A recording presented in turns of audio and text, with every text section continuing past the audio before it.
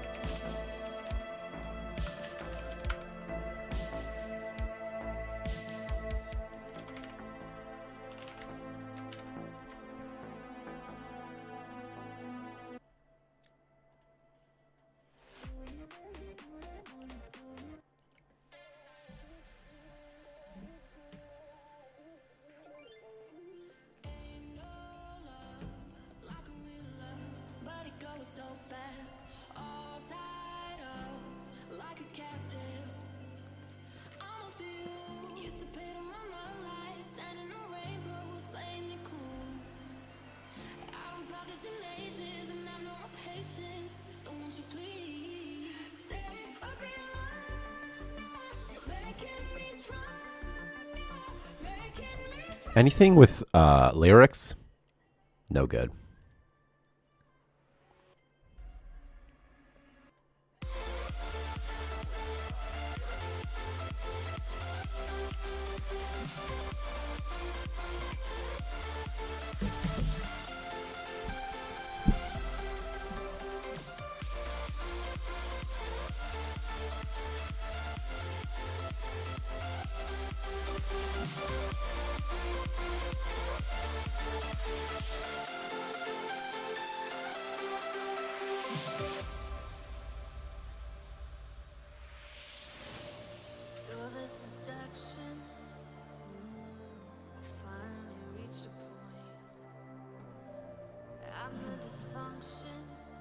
I'm just making a new build real fast.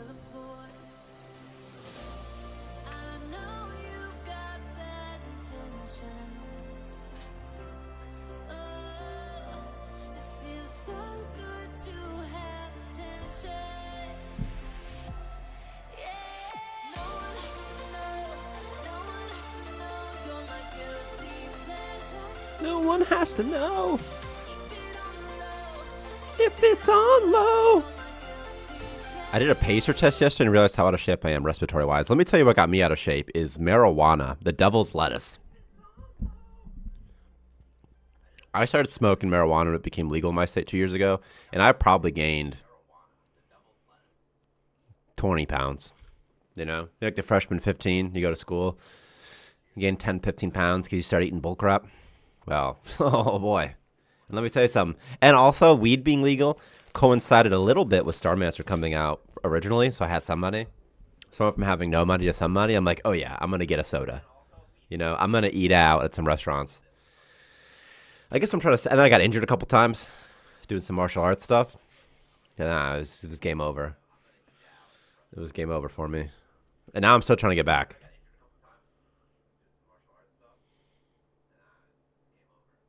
I don't know why I was rubbing this so aggressively, but I just was. This right here.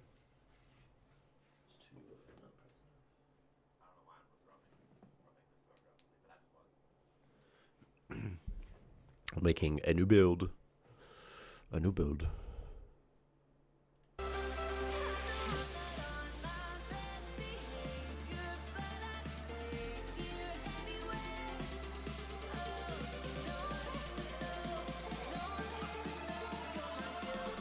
Also, I hate running. I've never liked running. I was in cross country in high school, dude. No thanks. Okta! Making a new build. Quick like.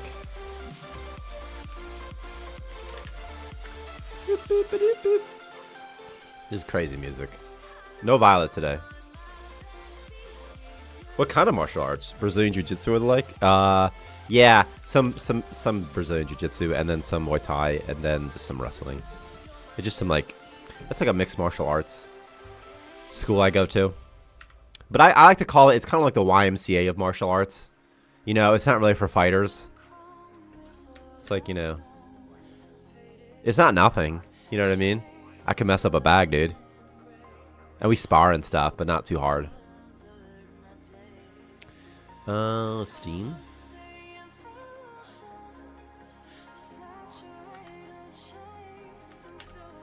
I'm always like, I'm a programmer. Don't hit me very hard in the head. And they're like, okay. Tell you the worst thing about martial arts is when you're really, there's some person who's really just trying to mess you up, you know? And you're struggling with them and you're like, God dang, it's crazy. This kid's good, man. And then you find out later that they're like 18 or something. They're like a kid. You're like, what? Come on, man. You're just a kid, dude. Also, the young kids, they have so much, like, energy. Like, they can move so fast. They just never get tired. I move a little bit. I get tired, you know. I'm way stronger than them, but I just get so tired compared to them. Compared to, like, a kid, you know. Especially with striking, it's hard. Because, like, the kids, they punch faster than me. But I'm like, dude, I can punch you so hard. You take a couple of my punches, it's over.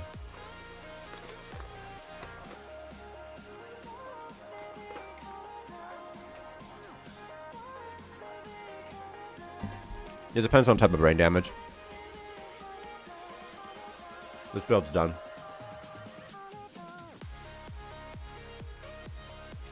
Now I gotta push it live for it in a second. So I'm gonna go to Steam. You guys ever use a bathhouse? Me neither. Me neither. I'm like, okay. I was listening to the Joe Rogan podcast the other day. He's like, hey, keep it about a fist from your mouth. So that's what I'm like, okay, one fist. One fist.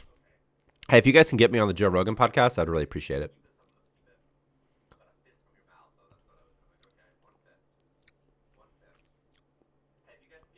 I'll give everyone here $10 million. Oh, aw. Oh, it's just a bot. It was a long message. I was excited, you know. I don't know why, but now I want to see you clock a kid's lights out. Me too. Me too. Especially if it's an annoying kid, I would do it. Hey guys, I know you hear like Starmancer, but we're going to talk about something pretty serious, and that's McDonald's. And McDonald's is doing stuff, so sponsor us.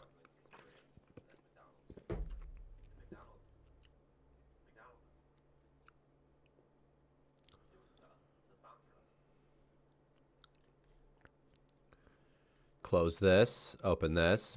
I'm trying to push this build live like right now, by the way.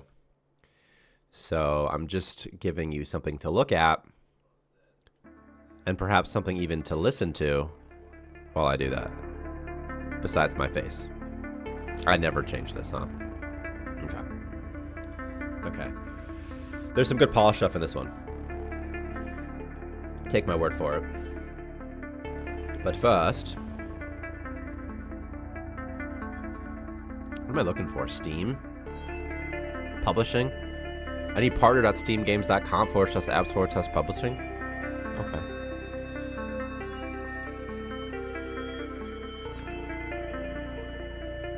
Developer.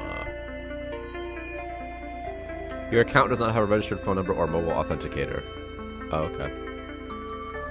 Please note that once an app is released, any apps built being separately eventually require your account to have a registered phone number or mobile authenticator. Oh, wow, okay, I guess I have to authenticate my account on Steam before I can push this next patch live to retail. Okay. Alright, Steam. You win, Steam.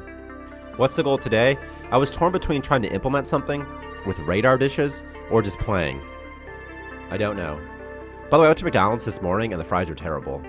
I had to pull around to the side because like we can't make a quarter pounder deluxe in a bun right away. I'm like, okay.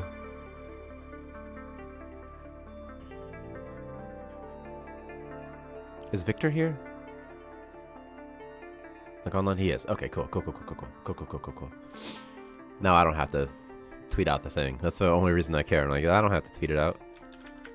Okay. The build is live on earlier access just now, and what do? A couple things. Number one, reduced many instances of stuttering. 3x speed is now more playable. You know, I wrote down in big words somewhere, not in this patch notes yet, but in my own personal patch notes. Okay. Colonists will not talk with many life forms. Added memory when colonists sleep in a noisy room. Added a text search filter in the item selection window. That's pretty big. I added a text search filter in the item selection window so you can type by name and you'll find things. I didn't rebuild the agent library. I probably should have done that. I think I might have messed up, by the way, just now. Chloropods now get aggressive when they see trees being chopped down. I added a description for all jobs and tooltip. Added destroyed systems and void systems. So it's pretty fun. We'll see, though, if it worked without me rebuilding the library. Because Victor made some changes, and then I was like, okay, cool. I'll put those changes in the, let's put those changes in the patch. But I didn't rebuild anything, so let's.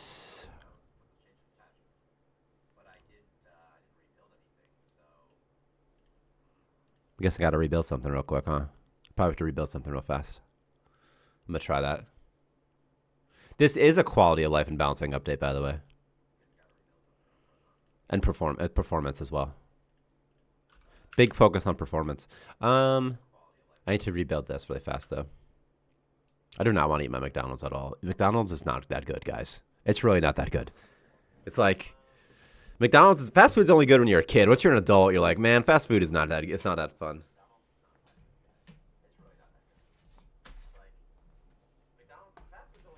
Do colonists with morbid curiosity find corpses as beautiful? As beautiful as what? As beautiful as your mom?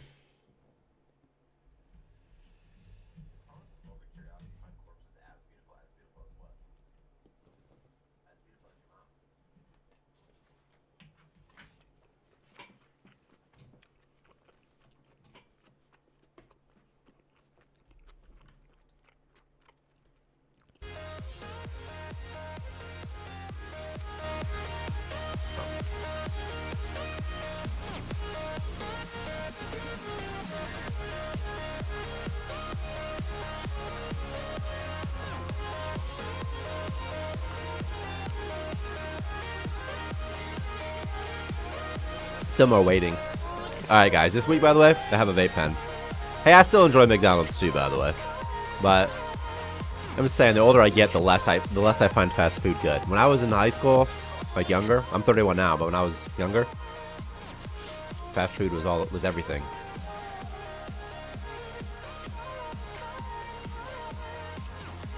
I remember being in high school and being like, Mom and Dad, why don't you want to go to McDonald's? It's the best. Like, what's happening right now? Like, why wouldn't you guys want to get something from McDonald's? It's right there, you know? Also, I can't eat gluten anymore. If I could eat gluten, I would probably be like, dude, McChickens are so good. The bun's so good. Give me some chicken nuggies, man. Give me anything. But all I can eat is burgers, no bun. And then my tummy still gets upset. So, I don't know. I'm 41. I still like it. I just don't have time for it. It's become more expensive. It is so expensive also. It is also so expensive. I mean, I don't want to have to pay $8. Like this, I think this meal costs like $8, $9. Their breakfast costs like $7, $8. I could go to a restaurant for $8 and get breakfast. I think that breakfast prices are the most outrageous of fast food. I view McDonald's as like, hey, you know, we're here. And you got $3, you got $4. You don't have to cook. We're going to get you some food, you know?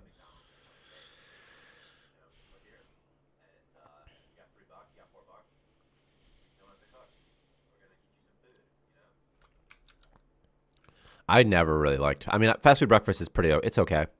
I never loved it though. I never really liked like the sausage that much. It's always just kind of greasy. McDonald's hash browns though, those are pretty good. I'll get behind some McDonald's hash browns. I'll even let them go inside me. I don't even care. That's how much I love them. I'm talking about my mouth, but I meant my butt.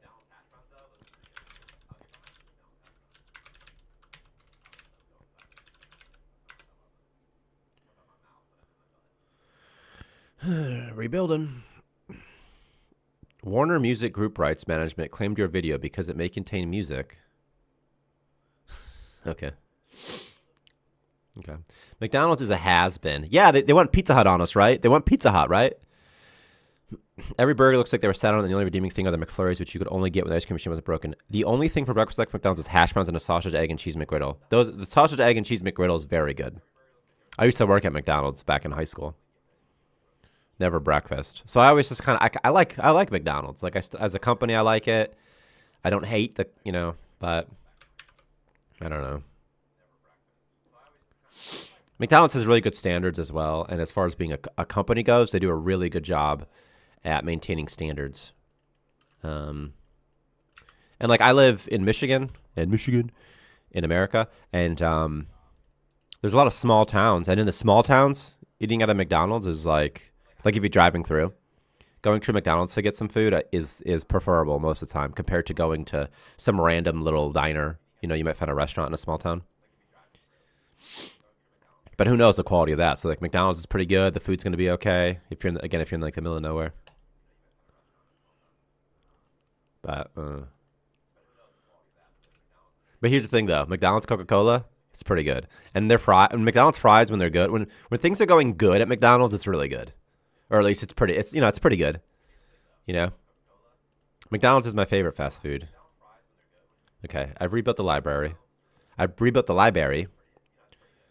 La Biblioteca. Okay. Yes, set it live on branch earlier access. Library. Publish. Prepare. Publish.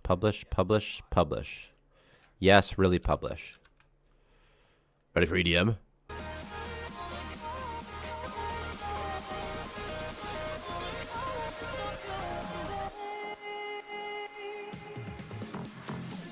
I messed up the beat drop, baby. The bass drop.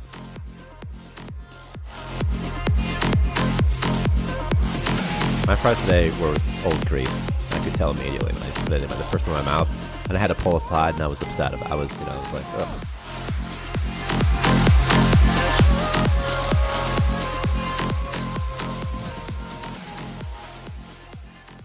Tu madre esta vaca gordo?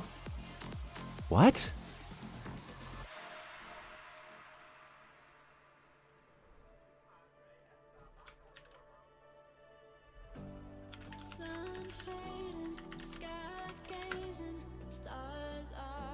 Let's go to Spanish real quick.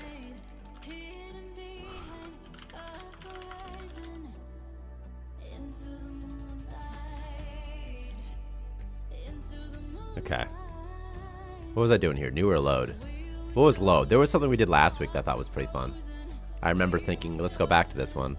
Here's Chloropod Mad. Let's just delete this. Chloropod Prep. Let's delete that. Pizza Prep. Let's do that. Bug where Sadie won't craft at refinery. When I loaded it, it was normal again, remember?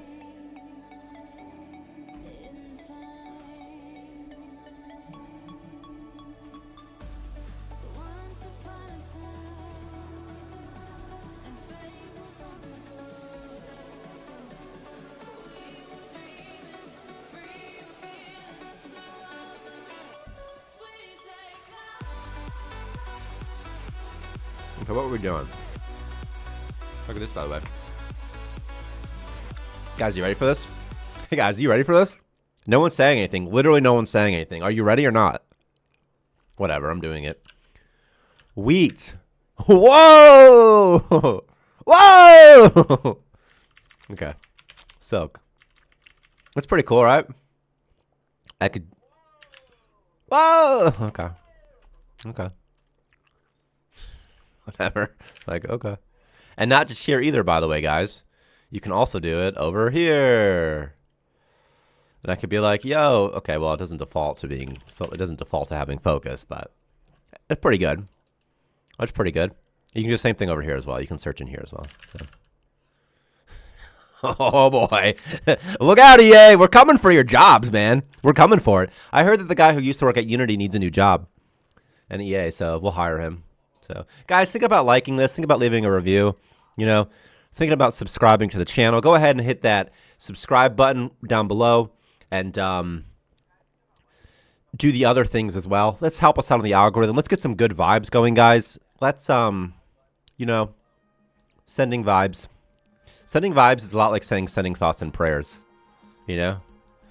Send some good vibes, get some good vibes going.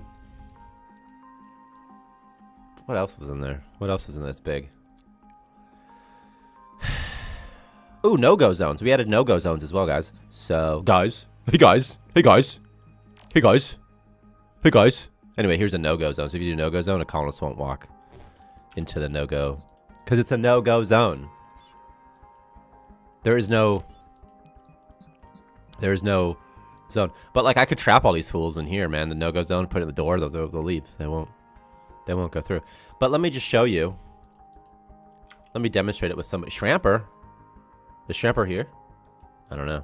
Is Victor here? He didn't Discord the people. He didn't tell the Discord. Alright, I'll show you if this works. What's happening? What's happening? Is this a bug? Why can't I equip the helmet on this person? Oh my god, they don't even have a helmet. Okay. Okay, that would explain it. That'd do it. Okay, well. Who's not sleeping? Okay, you're not sleeping? You're like an alcoholic and stuff like that? Okay. Alright. We're going to play some no-go zones like this. And then we'll see. You know, I'm just demonstrating that the colonist will, in fact, do no-go zone stuff to get out. So, okay. So here's a no-go zone. They can't walk past a no-go zone. Unless morale is low, but they're fine. We have a separate no-no zone coming. We're adding kids. So in the no-no zone, there's no fornicating. People have to have +5 morale, or they have to be inebriated on alcohol, and they have to have a relationship value of at least +50 between the two of them. Then they'll bang. They age at 1 year per day. So after about 12 hours after fornication, they'll be a new person. And that's, anyway, so that'd be the no-no zone. Did he even do it? I wasn't even paying. He probably did it. I'm sure he did the thing he was supposed to do. See? I could, of course, blocked him off all the way, but that's boring because then he'll just be like, I can't. I mean, I could just block, but then, you know, he just can't get there. So, like, why would I do that? So, there, no-go zones. Okay. Okay. No-go zones. Pretty cool. Destroyed star system and... Oh, what about this tooltip? Victor changed the tooltips. I haven't looked at this yet, though. Yeah, looks good. Looks fine. Like, no problem. It's no issues. Could we have a no-no zones that only restrict certain colonists? Do you mean no-go zones or no-no zones? Because my thought was that when this is, I'm dead serious about having kids or something like that, or breeding or something. But my thought is that all the clones, they start with, they're sterile. They're somehow sterile. And so you have to do some sort of genetic research or something to reverse that process. So maybe you have to make a pill or something. I don't know. Feed it to a dude, then they can bang again. And then the natural born people, they can just bang all the time. And by bang, I really mean breed. I don't mean... Let me at Victor real quick. At Victor. Can you at... Okay, you're here. You son of a bitch, Victor. You son of a bitch. Victor, could you at the Discord? No, don't touch me there. That's my no-no square. No, don't touch me there. That's my no-no hair. You could do a hair thing somehow. I've got no hair. There, hair. Fair. Bear. I've been playing a lot of Wordle recently. Is that the game where you have 5 letters? 5-letter words. Okay. Now, according to Mixer, I've got audio. Okay, here it is. Here it is. Okay, Victor. Anyway, could you at the Discord? I'll at you. At Victor. Can you at the Discord, please? Please. What if you extracted the genetics with the machine and bring back the life pods? What are the life pods? You're talking about like like those green things? Used to be called biotanks or something like that. Like that's the thing that you used to grow people in, right? I don't know if they're still here, but they might still be here. And I can just show it to you, but I don't see it. We could do test tube babies, although I think it's fun when people have to breed themselves. Oh, because the idea of a win condition, it would tie into the win condition. Unlocking, the ability to breed. Because if you're trying to keep humanity alive, they have to have babies. So it could be fun. And I was thinking there could be some sort of genetic component. I'm thinking that if kids, if they see anything too bad when they're a kid, when they grow up, they might be a psychopath or something, And yeah, we're going to add woohoo. Woohoo. And then things like nothing will attack children by default. Oh, there's a worm nest in my kitchen. And children can't equip like gear. You can't have children soldiers, although I kind of wish you could. Anyway, it's just an idea. As a win condition, and also because it's fun. And then if it takes like 18 days for a kid to reach maturity or something like that, 15, something like that, like, okay, that's okay. Okay. Test tube would be fun. The thing I don't like about test tube, though, is that it requires the player's consent. And I don't really want that. I don't want the player to have to be able to consent to it. I want the player's population to be able to snowball out of control at least a little bit.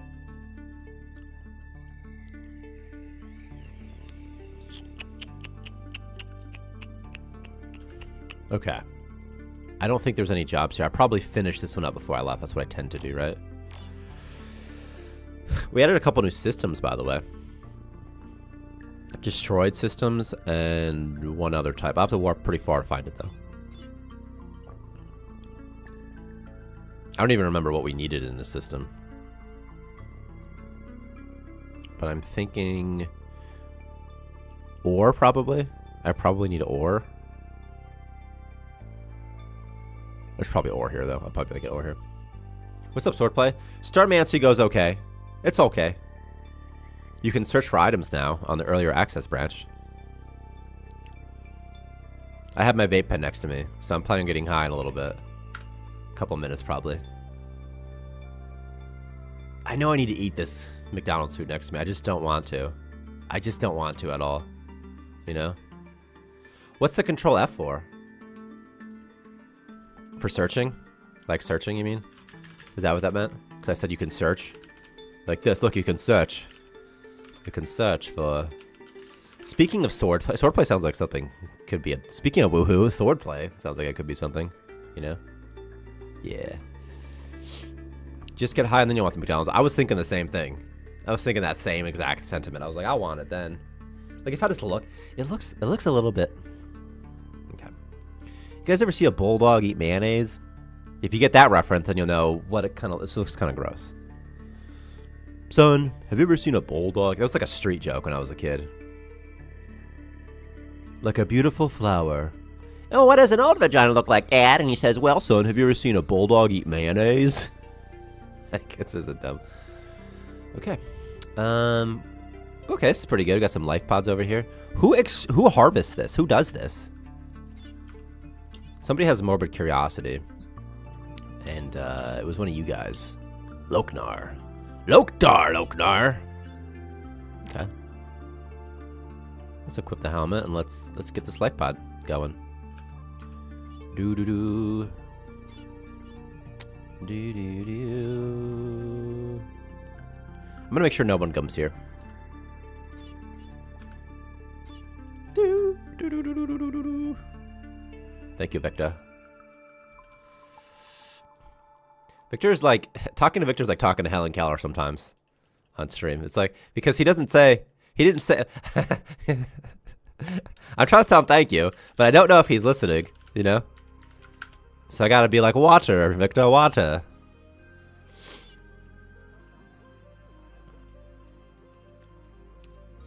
Exploring? Okay, you explore.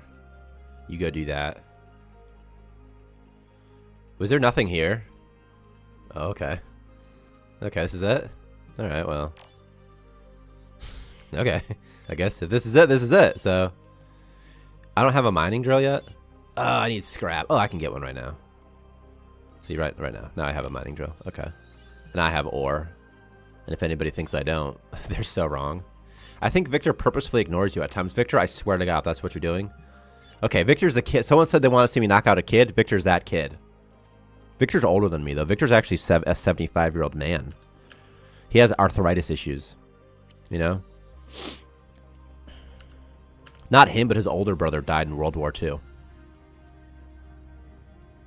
I hope that Victor... Shramper? Shramper's in here somewhere. There's Shramper. You just got a ship, buddy. You just got a ship, Shramper. Shramper the Lamper. Victor's not really 65 or whatever, but he's like 5 years older than me, so he's like 36 or something. I don't know. Victor and I have only met each other once. And, it was nice, but only once. Could a colonist already be on their way, it says? This freaking guy? Well, okay. Alright, I'm gonna have 2 new friendos. Man, look at all that galarium I have. I gotta start crafting it, too.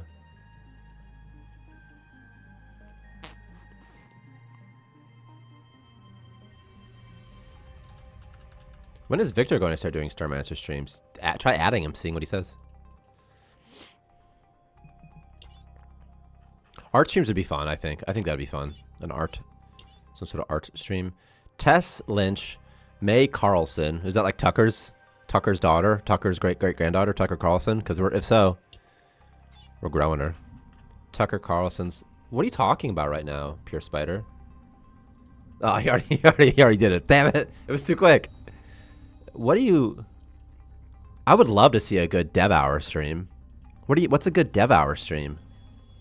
What does that mean, a dev hour stream?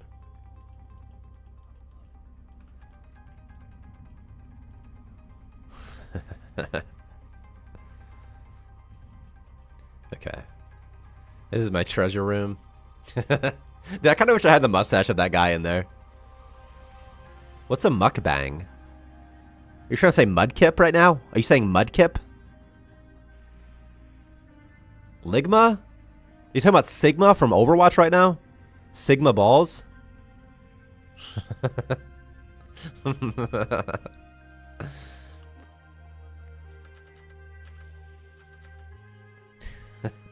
I've been playing so much Chivalry. I just want to play more Chivalry, dude. Okay, Grow Colonist, Tess Lynch. I don't know what even their situation was. So I think people have been pink or something. I don't even remember. I need a workbench. I need a weapon. All right, Master Chief, calm down. Do I have dev fucking bugs on? Do I have these fucking dev booleans on, man? Oh, that's frustrating. I think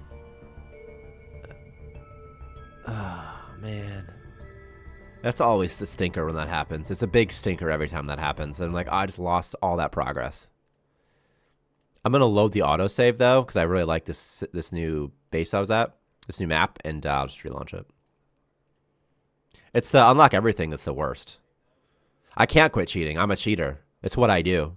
I remember when I hope Millerson's watching this. I remember in the 7th grade, or maybe the 8th grade, I saved up all of my birthday money, all for years, and I bought this Game Boy Advance from GameStop for $100. It was white. And I bought Final Fantasy Tactics Advance. Anyway, in that Final Fantasy Tactics Advance, there was a guy who was like max level. He had like a beat the game sort of save, and then it was a used game. And then my brother played, and he didn't like it because he had to start a new game. And then he tried buying another one at GameStop, but that one didn't have a max level character, so then he just never played Final Fantasy Tactics. So I hope Millerson's here because that's just a Millerson story. But I still think about it sometimes. A little kid being like, nah, I ain't playing that shit, dog.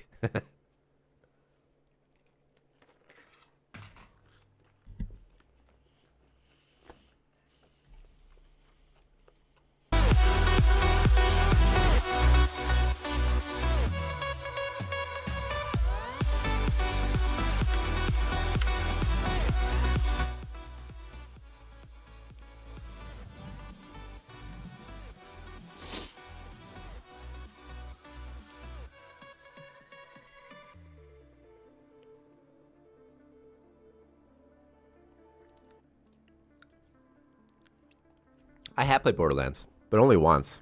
I never really liked it that much. I don't know why. I just didn't like Borderlands that much. I love shooters. I love first-person shooters, but mostly I just like playing multiplayer games. This one.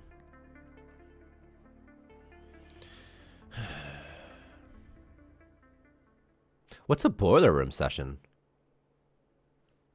What does that mean, Pure Spider? What's a boiler room session? If I don't get it, I don't get it. Yeah, I don't know what's gonna. I'm hoping it's something's gonna happen.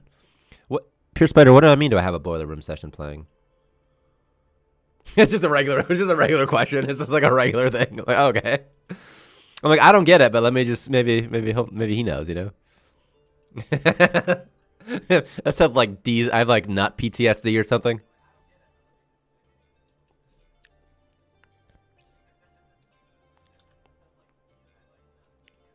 Okay. Okay. Ezekiel Black is probably gonna. Okay, not you this time. There was a man. Loktar. Okay. Bam, bam, bam, bam, bam, bam. Get this one. Oh, I see. There was like a scrap under the scrap or something. Okay. Okay. PTSD's nuts is pretty funny, actually. PTSD nut. Okay. Okay. I feel like I'm the type of parent that if my kids, like if Graham was like being silly in school, and I was like, "What did he say? Was it funny though?" But did his classmates laugh? That's what I'll say. But did they laugh though? But did anybody laugh when he said it, Mrs. Teacher? You know how like if a kid gets in a fight, if he has like a tough dad, he'll be like, "Who won the fight?" That's all that matters. But for me, I'm more, I'm like, but did they laugh though? You know?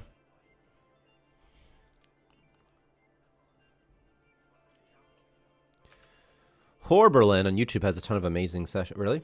For real? For real? Did you get PTSD's nuts or did you get out of the military unscathed?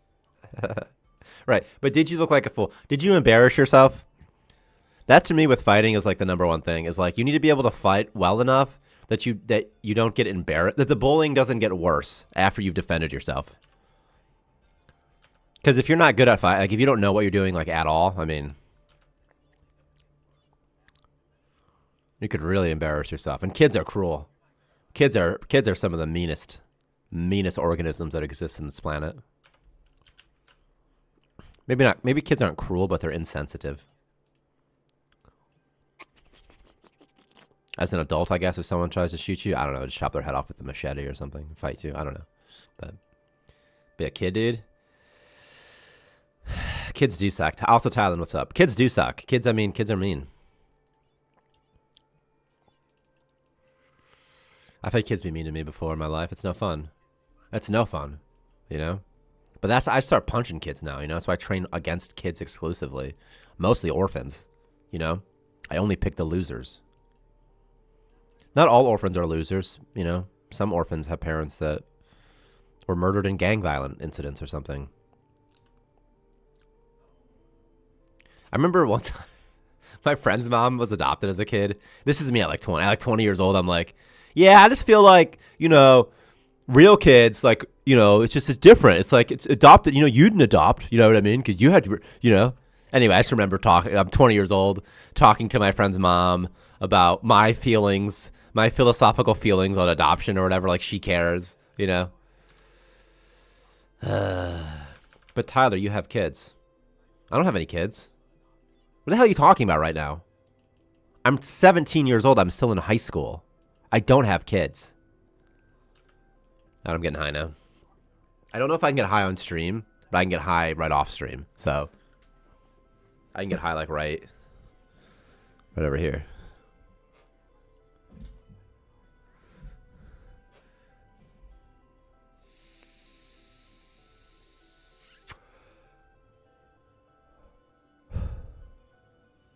Perfect.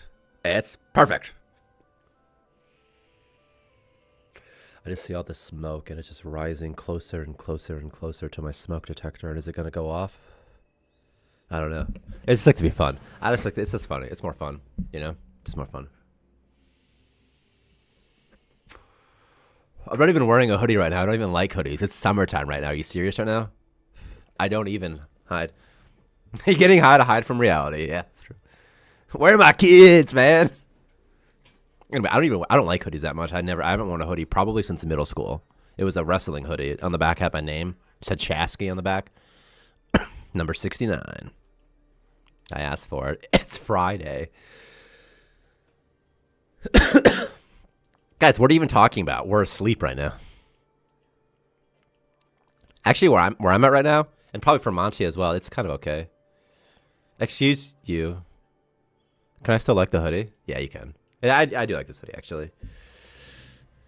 And underneath, I'm wearing more like sort of same aesthetic.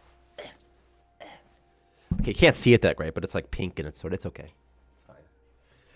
Oh, yeah. Sometimes I think it's funny that like I just go to this room in my house, in an office, and I just talk to strangers, you know? Okay. You guys aren't strangers, but, you know.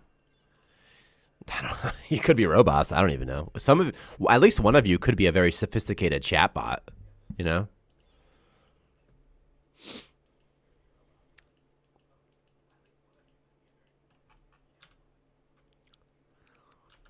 Dun, dun, dun, dun, dun. It'd be hilarious to me if this was some sort of Galaxy Quest style plot in my life, I mean, where one of you guys is an alien and one of you guys thinks that Starmancer is actually about a real AI and you're trying to sort of figure it out. So if any of you is that, just tell me now, because I'm on to you, and I'll figure. It's only a matter of time I'll figure it out. So, you know. Okay. I have a lot of goo I don't need.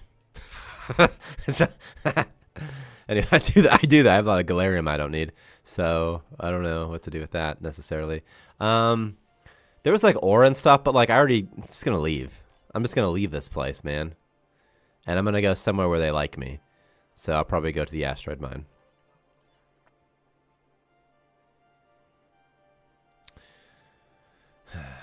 ChatGPT was down for me like all week, by the way.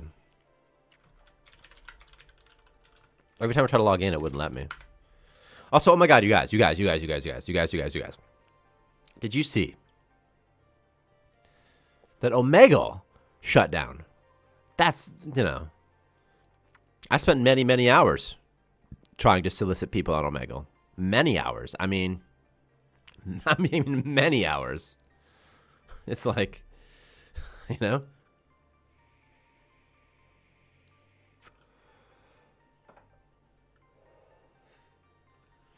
It's sad. I mean, it's like, it does make me a little bit sad. Like, I understand that people can use it to prey on children. I completely understand that. But man, it's like Like people who go on Omegle and complain about seeing, penises or whatever. It's like, yeah, but that's just what people do there, man. It's like, just don't go on there. But when you're a kid, I guess things are different, huh? But it's like going to a strip club and being like, oh my god, all the men in here are such pigs. Like, well, yeah, yeah, that's what happens.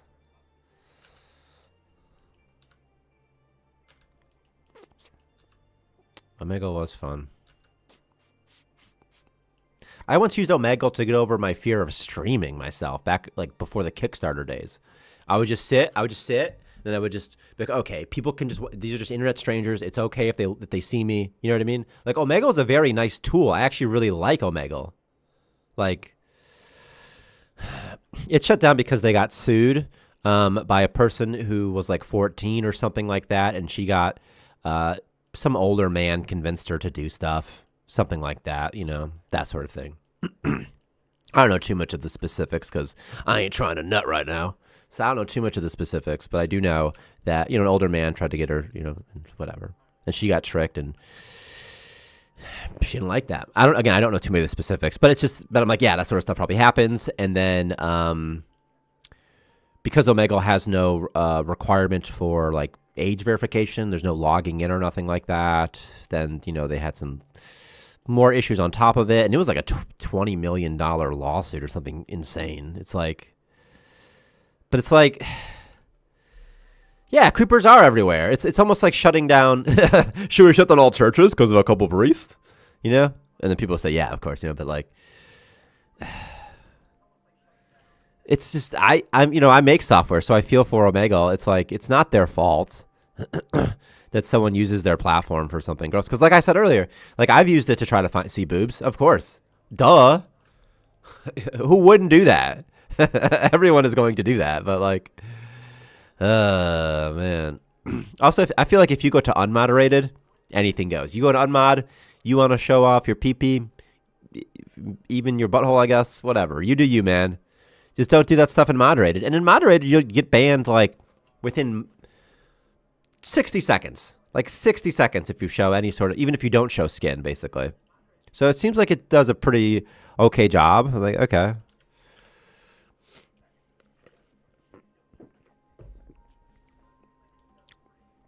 I don't know. But I grew up back on, the internet when it was the Wild West, But did you ever see them? I think I've seen, I think maybe one time maybe someone showed me their boobs. And I don't even know if it was a real person.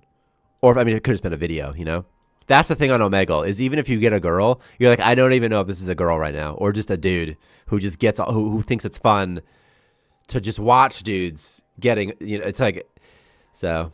The only regret I have is I didn't video with a whiteboard and keep score of dicks for genuine human interactions. I did that on a piece of notebook paper. I did a tally because I'm like, okay, what is the man to girl ratio, number one, right? So like basically, how many people am I going to have to go through before I tend to get one female? And then what are the odds that the female even stays more than one moment? It's like, yeah, Omegle is just for dudes. It's really, really tough. There are girls on there, but not many. And you got to wade through so much not girl to get to a girl on Omegle that you're not, it's tough to, it's tough to be ready to go. You're like, oh, you're like, hang on, give me like 60 seconds, But they don't got 60 seconds because they're like, whatever. It's literally a sea of, it's a buyer's market out there. So. Anyway, that's just Omegle, Anyway, it just still makes me sad though, because it was just part of the internet, And it did have those fun things. So, makes me sad. I remember being in the Army in 2011 at AIT, and I didn't do this, but a bunch of but I walked in on this, and we had our weapons, our M16s or whatever, that weekend for some reason. And one of my friends was wearing like a shirt on his head, no, actually they all were. Hang on. They all were. Except for one was wearing like their ACUs, and like they all had their guns pointed kind of at him. And they had a sign that says, show me boobs or we're going to kill this guy or something.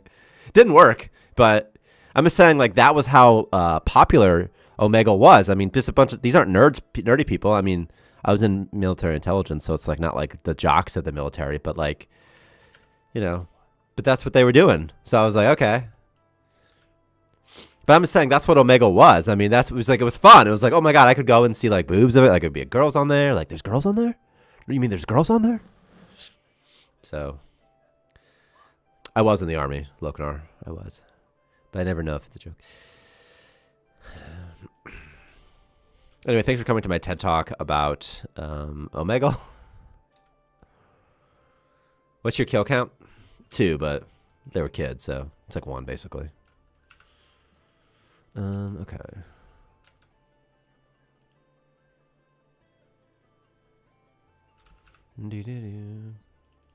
Oh, cool. I was in the U.S. Air Force for 6 years. I did aircraft engine maintenance for F-15s and F-16s. Yeah, I was just I was an intelligence analyst, a 35 Foxtrot, but I never did that. Mostly I just did a lot of cleaning. I was in for 3.5 years, and then went to Afghanistan once. I know some Pasho. Tadakumzaye. Where are you from? Tadakumzaye. Salam alaikum. Walaikum salam. Tsengayast, Rora. Is it Shayam? Tsengayast. Tadakumzaye. Zida Kandahar Kiyam or something like that. Zida Kandahar Kiyam, maybe. I was in the UK for 2 years. I went to Phoenix, Arizona for 4 years. Man, that's awesome. Being in UK. I was in Arizona for my AI for like after basic training, like job training, AIT, advanced individual training, at Fort Huachuca, which is near Tucson. And then after that, I was stationed at Joint Base Lewis McChord in Washington State, near Seattle, which was nice. Well, except it rained a lot. I did not like being in the Army, by the way. I hated it. I hated it. So I hate being told what to do. I was not a fan. Not a fan at all.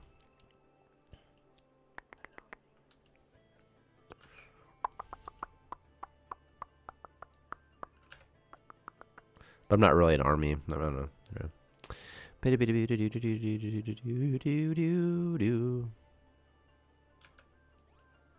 All right, we got some metal framework. You loved, but my unit, man. I was also assigned to a military intelligence unit just by the luck of the draw, just the way it goes down. And is it a real accuracy thing to hide your kill count? I don't think so. One of my history teachers used to be in the Army, then a police officer before affirmative action. I was blocked him from taking any more jobs. I was just trying to understand what happened. Whatever there. I don't think it's a courtesy thing. I was never in combat, so I never killed anybody. And it's like an individual thing, you know. It's just like people talking about their sex life or something, you know. Some people are weirdos and will do it. Some, you know what I mean. But some people don't. It's like whatever. They paid for most of everything I needed to live and had extra money to do whatever I want. Like I didn't hate. I don't know. I did not like my unit. My unit it was just all sort of. Just bureaucrats, basically. It wasn't very fun. And I was just in the one unit, you know what I mean? I had basic training. Basic is nice. All the sergeants, all the NCOs, the non-commissioned officers in basic training, they're all very high speed. They're all very, like, they know their shit. If the Army was full of nothing but people who were of the standards of your drill sergeants, the Army would be amazing. But it's not. That's not the case, right? AIT was fine. Just kind of long days, you know, like 6:30 till basically like 5 every single day, and then class is so boring. You know. I was in HHC. I was in the headquarters and headquarters company. And we never got to leave early or anything like that. Like we never had any days off. You know, it was Monday through Friday. You know, we were never allowed to leave before 4:30. We were never allowed to do anything. When we got back from Afghanistan, we didn't even get like a 4-day or anything. We got like the next day off. It was like, ugh. What's up, Nomo? Tua. You know. My thing was never wanted to become an NCO, so that was one of the reasons I got out. I never wanted to become an NCO either. And in my MOS, we only needed like 7. It was a point-based system. Because they don't want to have too many NCOs. If there's too many NCOs, that's not good either. So what they do is they use a point system in the Army, so that basically the more sort of slots that are available, the fewer points you need. So if there's a lot of NCOs, you'll need so many points, like 700 points to get a promotion. And then you get points for doing things like your score on your PT test, running. If you run fast, you'll get more points. If you shoot your guns good, you'll get more points, that sort of thing. schools that you go to give you more points. You get like 100 points just for passing your PT test. In my MOS, we needed, I think, 13 points to get to E5 and 17 to get to E6, or maybe even 12 to get to E6, which is to say it's nothing. It was nothing. But I never wanted to become an NCO because I didn't want to stay in. So I felt like, well, I don't want to do that. So I shouldn't do that. No one is more professional than I. I'm a non-commissioned officer, a leader of soldiers. As a non-commissioned officer, I understand that I'm a member of a time-honored corps of non-commissioned officers known as the backbone of the Army. Something like that, right? Something like that. I am proud of the Corps of Non-Commissioned Officers and will all times conduct myself so as to bring credit on the Corps, the military service, and my country, regardless of the situation in which I find myself. Something like this. I'll never use my greater position to attain pleasure, profit, or personal safety. Competence is my watchword. My two basic responsibilities will always be uppermost in my mind: accomplishment of my mission and the welfare of my soldiers. I will strive to remain technically and tactically proficient. I don't have it all memorized, but you have to memorize that as well. That's the NCO creed. So something like that. But I haven't looked at it in a while. Like, a long while. But I was pretty close. I just didn't want to have to manage anyone. Dude, that's the thing. Also, I didn't have a job in my unit. So were you actually doing things in the Air Force, Loknar? Like, were you actually, like, day to day? Were you doing stuff? Again, day to day? Because in the Army, there's nothing to do day to day. Being active versus being in the reserves for the Army, in terms of like your day-to-day stuff, you're not doing more soldier stuff just because you're active. So it's just waiting. We're just waiting. We're waiting. We can't leave early. We got to show up, or we can never leave early. We always got to show up early to things. But we're not doing anything. We're doing nothing. No one's doing anything. I'm telling you, no one is doing anything. We're just there. You're just sitting there and you can't leave. So you're just sitting there all day. But you can't go anywhere. And you'll get in so much trouble if you're 1 minute late back from lunch. But you're not doing anything. Never. You're never doing anything. I went to a shop every day to go clean, inspect, repair, and assemble aircraft engines. That's probably okay because you're doing something. Like, you know what I mean? I can't. The Army is just... And then you have people that are okay with doing nothing all day. And they excel in that environment. They thrive in that environment.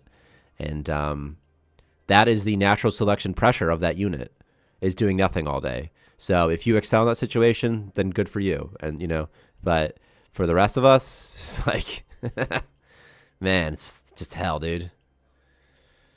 My absolute favorite time in the Army, and the time that I genuinely enjoyed, was when I went to a Pasho class. Because I was basically not even in my unit at that time. Like, they couldn't make me do anything. I had like a regular, I couldn't do any details or anything like that. And that was fun. I just met some friends. Good times there. But the rest of the time, though, like in my unit, just awful. No fun. No fun at all. What's going on with this station / save, by the way? This is the save from last week. Didn't they remove shark attacks? Now it's a summer camp for grown babies. What are we talking about? I couldn't stand us doing nothing. Yeah. And then, okay, and you're not just doing nothing. You will get in trouble. You'll get in a lot of trouble if they find you not doing nothing.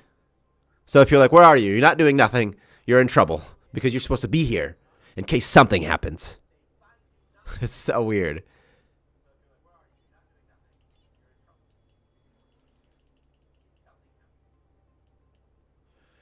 I found being in Afghanistan was also I really enjoyed being in Afghanistan as well. Not the danger aspect of it, but in Afghanistan, all of that bullshit sort of stops.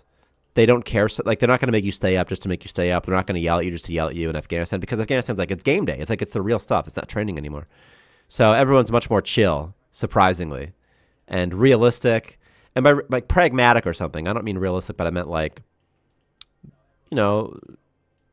like it's staying up doesn't help you stay up later. Like if you don't get used to being tired, for example, but in training, sometimes they'll just make you stay up just to do it. Like they don't care, whatever. But anyway, but when you're deployed, everyone is just genuinely looking out for you, or more. They're looking out for you more than they typically would be back in garrison. So being deployed wasn't so bad. I watched a lot of movies. I played a lot of FTL, and me and Victor worked on a game as well when I was in Afghanistan. When I would come back in the evenings from the ECP. Because in Afghanistan, I basically had a regular 9 to 5. at a front gate, and I would search people for weapons and stuff and guns and drugs or whatever, mostly drugs, and then do their fingerprints with the bats and hides and take their picture with their iris retinal scanner so that you could identify people. So I was the guy that would do that.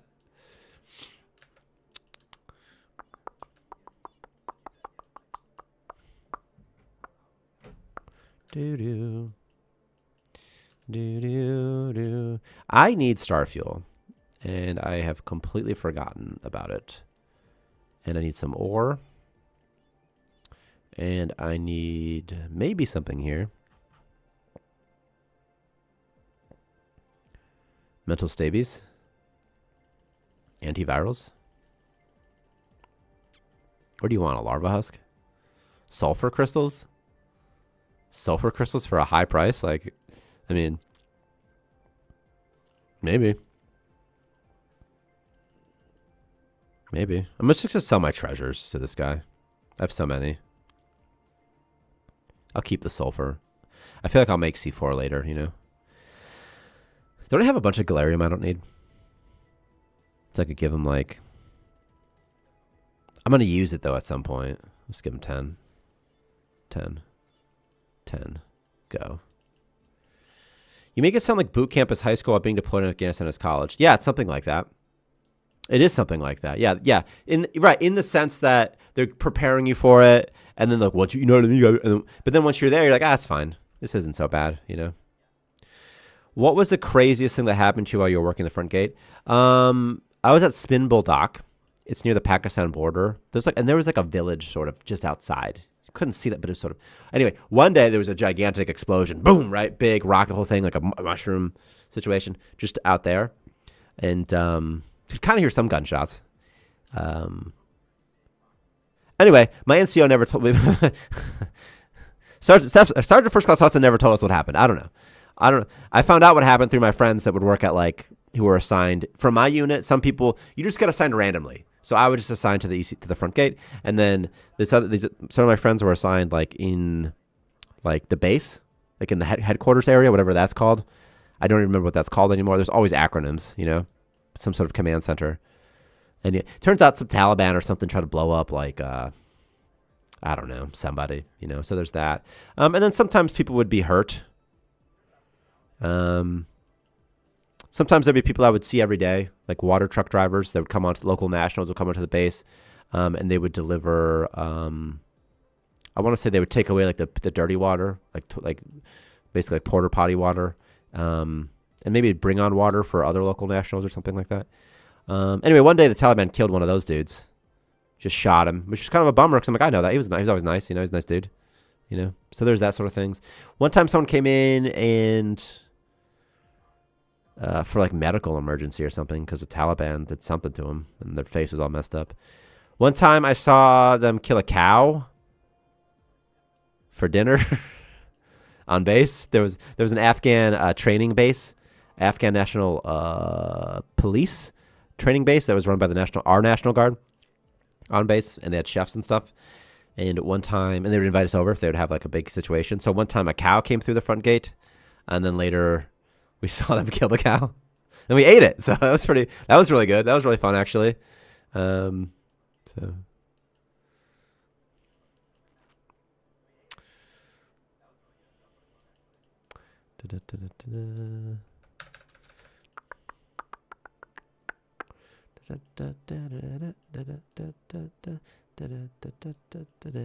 And then the first base we're at is was CAF, the Kandahar Air Force Base or something like that. It's like a big, because you don't fly in, first of all, you don't fly from America to the final little tiny base you're going to. What you do first at the time is we would all stage in Manas in Kyrgyzstan. And then from Kyrgyzstan, we'd all go to Afghanistan, to CAF, Kandahar Air Base, depending on where, there's a couple of those, like 2 of them actually, maybe. And then from there, you take a helicopter or a ground vehicle to your base.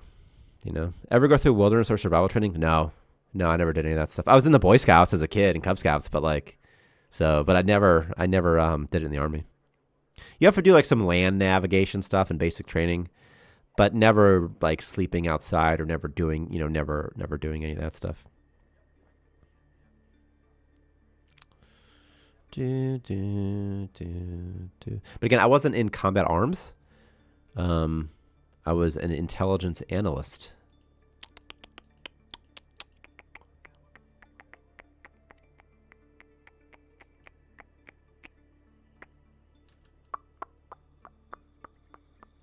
I went on a couple convoys as well. I was a 50 cal gunner because my unit, before we deployed, we had like a bunch of ranges. You know, like they schedule ranges for the battalion. And every company gets to send some people. They kind of have to, or they'll get in trouble by their battalion commander. So I got sent to like every, and anyway, the way it worked out is I just happened to get sent to like every single range, including the 50 cal one. So I was the 50 cal gunner. I also qualified expert on the grenade launcher, the 203. But I didn't get to use a real one. We didn't use real ones. We just used training ones. So I never actually fired it for real.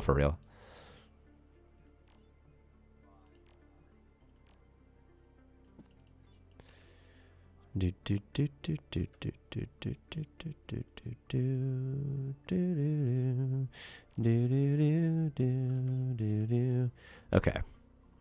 I need to research a chem table for sure. And med stuff too. Do I have a chem desk? I do not see it anywhere. So probably not. Chem table. That sounds like it would have been fun if I were a real grenade launcher. Absolutely. And then I launched, like in basic training, we shot an AT-4. In fact, I still remember that day. My dad sent me a letter. He sent me one letter in basic training. It was written. My dad's kind of like autistic like I am or something, you know?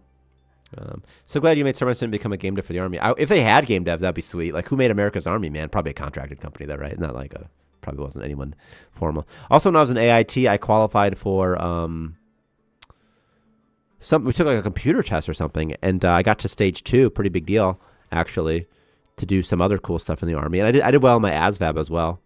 But I never said anything about it, so I don't know. I guess his needs of the Army wasn't for me. I do like a questionnaire and stuff. They'd be like, what's your interest? You know. They had a thing in the Army called the Great Skills Program. That was where you go if you were like awesome for like doing cool shit. I tried to get in there too, but again, you don't really get to. Just the way it works is you don't really just get to just pick the opportunities you have. You know, even if you're, you know, so a lot of luck component to it. A lot of like, you know, sort of the needs of the Army. If they need somebody, that's cool. But most of the time, you don't get to do cool stuff. So even if you're, you know, you're skilled, you just don't have the opportunity to. They don't, you know, you don't have a chance.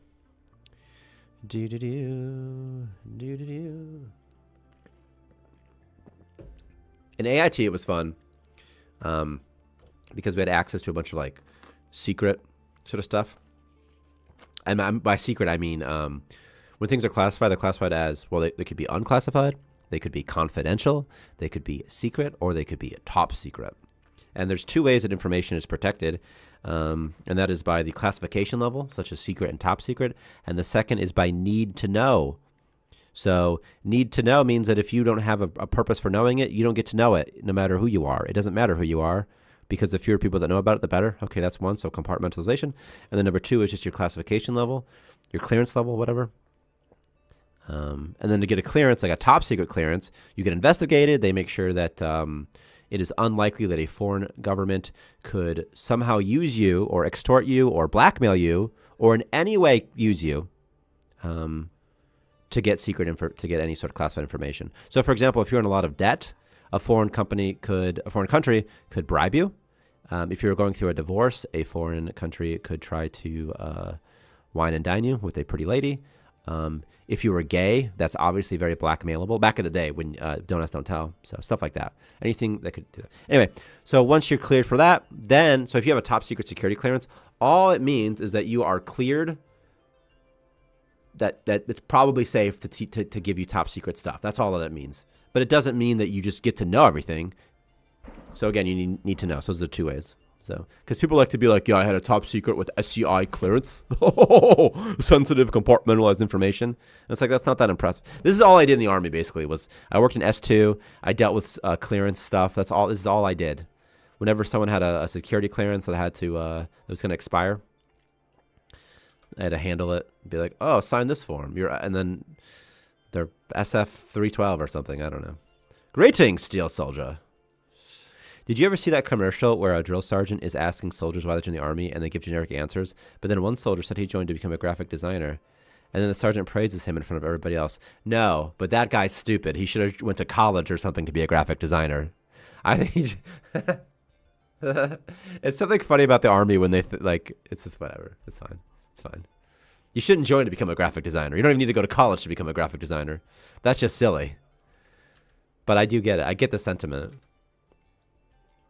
The commercial was going for. Obviously, it's silly.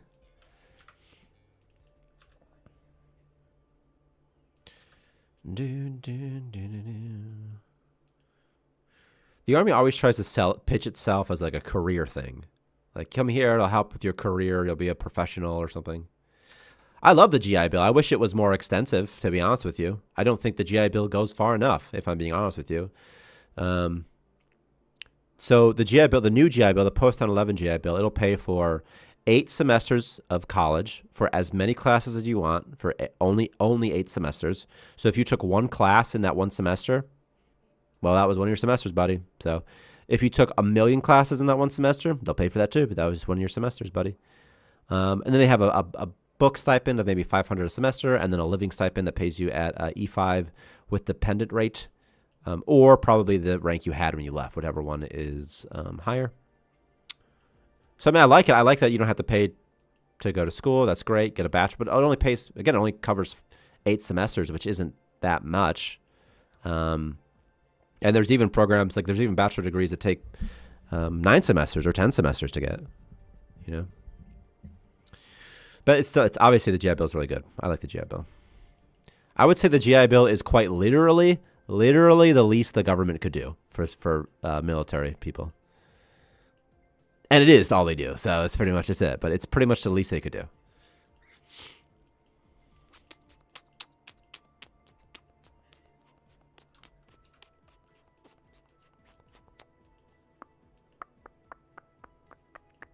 But I'm pretty much always a fan of the VA is terrible. At least it was. In my experiences with the VA have never been great. I don't even consider the VA as being something the government does for us, for service members. I just consider it as just like welfare or something like that. Like, oh, well, if you don't have health care, like, well, you can do it here. That's sort of how I view it.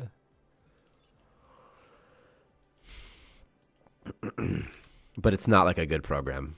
So, but anyway, I'm always in support of people paying for someone's education. I don't like the idea. If you're in the military, then you can get any baloney degree you want. It's whatever. Do whatever you want. I don't care. Right? I don't like the government paying for a degree that is useless, because I don't think that college is necessary to become like a well-rounded person. I don't think that college or university is necessary anymore to learn things about philosophy and art and life. There may have been a time before the internet. There was a time, of course, where access to information was more difficult, but that's not the case anymore. So it is a medical version of the DMV. That's exactly what the VA is, yeah. That's exactly what it is, yeah. I think college can be good to make contacts, but I guess it depends. Absolutely, yeah. It's great for networking. It's great for, whatever, yeah. And there's so many life lessons you can learn in college. There's so many that have nothing to do with the reason you're going for. So many. And just on that merit, it's good to have it. But I just think it's better. And also you learn how to work with other types of people. You learn how to exist in a much looser environment, because high school is very strict, and then in college you're getting, it's removing some of those constraints of high school, but it's still structured, but not structured all the way. So I think it's a good transition step into the workforce for sure, by the way. So I don't think college is worthless. I think that if a person got a degree, I think if a person were to get any bachelor's degree, it would be better than if they didn't do it. If all else was equal, Just like anything you do that's hard and when you learn is always good to do. These people are sleeping on this table. If I get children, I'd push them to take vocational school or college or degrees necessary for the job they want, like law or medicine. Right. I mean, it's just the price. To me, it's the price of college is so much. It's like, man, if you're paying even 20 grand, you know, which is pretty cheap. But if you're paying even 20 grand for, you know, let's say a bachelor's in psychology, you know, like you can't do anything with a bachelor's in psych, you know. The only thing you can do with a bachelor's in psych is, you know, try to go back to school, get your master's in something, you know. Maybe you could, I think you need a master minimum to even do social work stuff. It's like, ugh.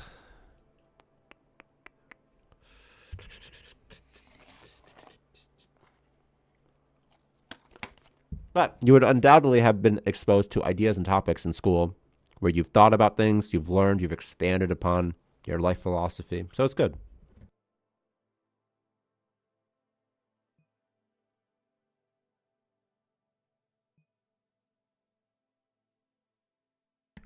Because I don't think that the primary purpose of college should be to get a job, you know? Like, imagine that, like, we have robots. Nobody has jobs. You don't need a job. You do anything you want, right? There are people who might really enjoy. What the fudge is this person doing? Oh my gosh, she's trying to fight somebody. Well, good thing you can't pathfind to people who are sleeping yet. So that's saving their life. She'll probably stop. They'll stop eventually after like long enough. Okay, well. Okay, do I have mental stabilizers? I do. Okay. 9 morale, pretty good. Test Lynch. Okay, hold on. We got something going on in my game real quick. I need to knock her out.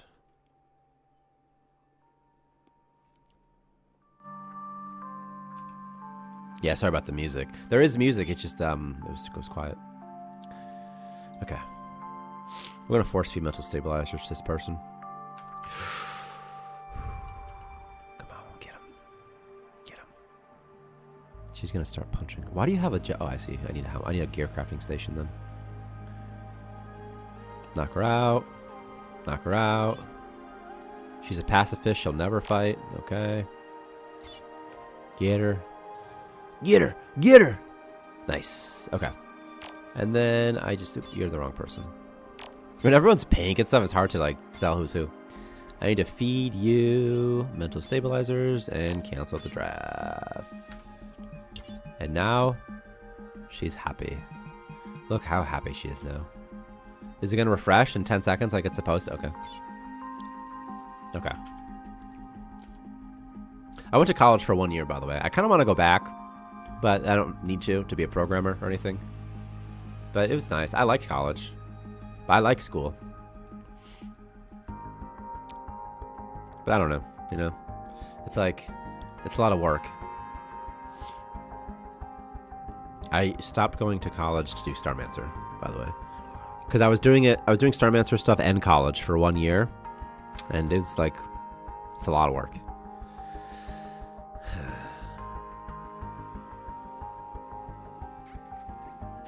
I had a programming class though, and at the start of the class, they're like, "Hey," it was like 101. It was like the intro. It was some Java class or something. And at the start of class, the first day, or whatever. Oh no. We took some sort of extra. I was watching the smoke go closer and closer to the smoke detector. I'm like, don't go off. Do not go off. Anyway, we had a 20 question quiz, and for every question you got correct, you'd get 1% added to your grade. Anyway, I got 19 questions correct, so I had like plus 20%. It was awesome.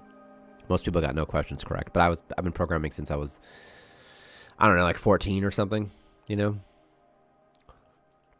So that was fun. And then the teacher's like, "Hey man, you already know how to program and stuff. Like, do you want to do something else so you don't get bored?" And I said to him, "I'm only going here to get this A, dude. I'm really not trying to do more work just because I feel compelled to or something like that. So no, thank you." And I just did the regular class. It was awesome, you know? People who like want to go above and beyond in their class, it's like, I get it. But if you can get the A, just get the A. Like that's, if you want to, if I want, I'm not going to commit myself to doing more work, you know? Plus I I'm not that good at math. Like I still got A's in my calculus class, but math's hard for me. I had to do so much math homework. Just to like, oh man, that first semester, I'll tell you what was rough for me. You're one of those people who attended Spanish class even though they speak Spanish. Well, if I could have opted out, okay, so if I could have opted out of the class, I would have. Like if there was a situation where he's like, hey, you can just, you don't even have to come back to class. You could just, but I just wanted, but you need the credit, you know what I mean? So I'm like, well, I need the credit, so. But my coursework wasn't intense. I was taking like maybe 4, it was just full time, like 4 or 5 classes per semester, like 4, I think. How'd you get hurt, Sadie? Oh, it's because you're starving.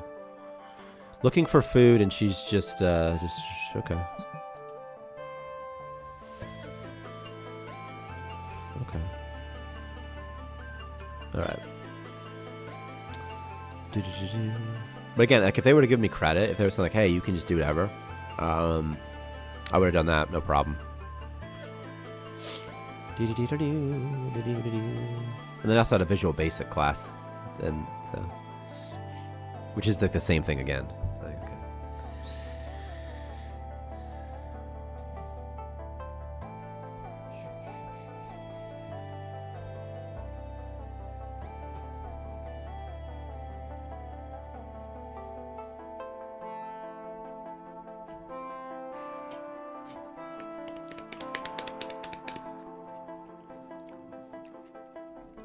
They're starving Blacklander because, well, I think maybe they were originally starving also, but they were standing trying to fight somebody for a long, long time. Then I knocked them out and force fed them mental stabilizers. So I think their hunger just drained really low. Also, if someone doesn't have a helmet, I don't think they can go in here to this room for what it's worth. Okay, I need chem table though. From forever ago. Chem. Why not here? Chem.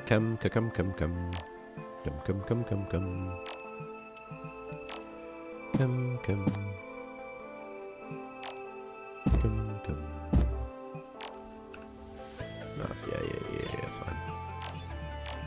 Door. Chemistry. I'm just figuring out where to put chemistry. I think it'll be fine here. Chemistry.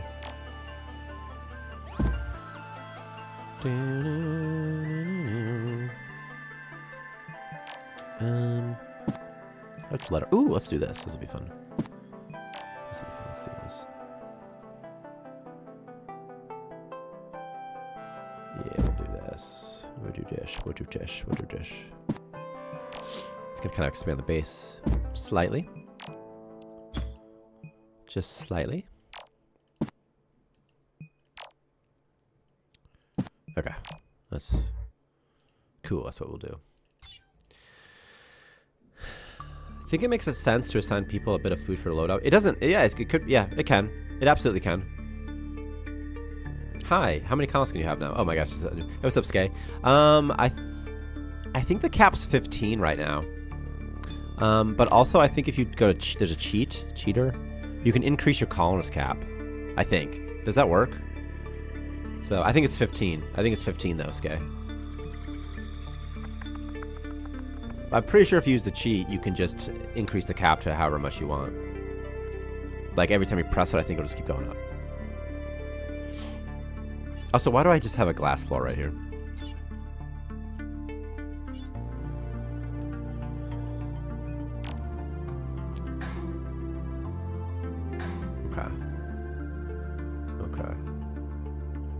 I played before, so cap was lower. Yeah, it used to be. And then I doubled it. It used to be like 7. The cap was like 7 before. But then I increased performance a little bit.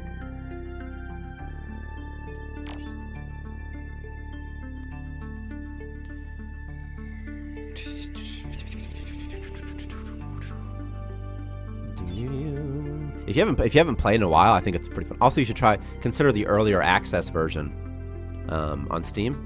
It's this. That'd be patch 18. Just because we added a couple new things like the ability to search in here, which is fun, and the performance is a little bit better. I have not played Zero Sievert yet. In fact, I could play Zero Sievert in a little bit. I might do that a little bit. I was thinking about playing Chivalry in a little bit, though, on stream. Like, ending the Starmancer while it's still to keep the stream up, but I was thinking of doing that because I just want to play. I love Chivalry. Zero Seaver could be really fun, though, actually. That could be really fun to play. I might do that. Yeah, the building limit's gone as well now. So in the last, like in the current, like the newest patch, we added these things called warp zones. And now you can just build however you want. What's Lethal Company? And now you can just build however you want, and you can claim things, which is kind of fun. And warp around. And keep them forever.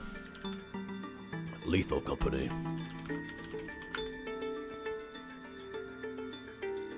A co-op horror about scavenging at abandoned moons to sell scrap to the company. That sounds pretty good. That sounds pretty fun. They released last month. They have over 14,000 reviews. They must have made bank, dog. They're self-published, which is pretty cool too. That's one of these types of games, huh? I mean, it looks cool. It looks cool.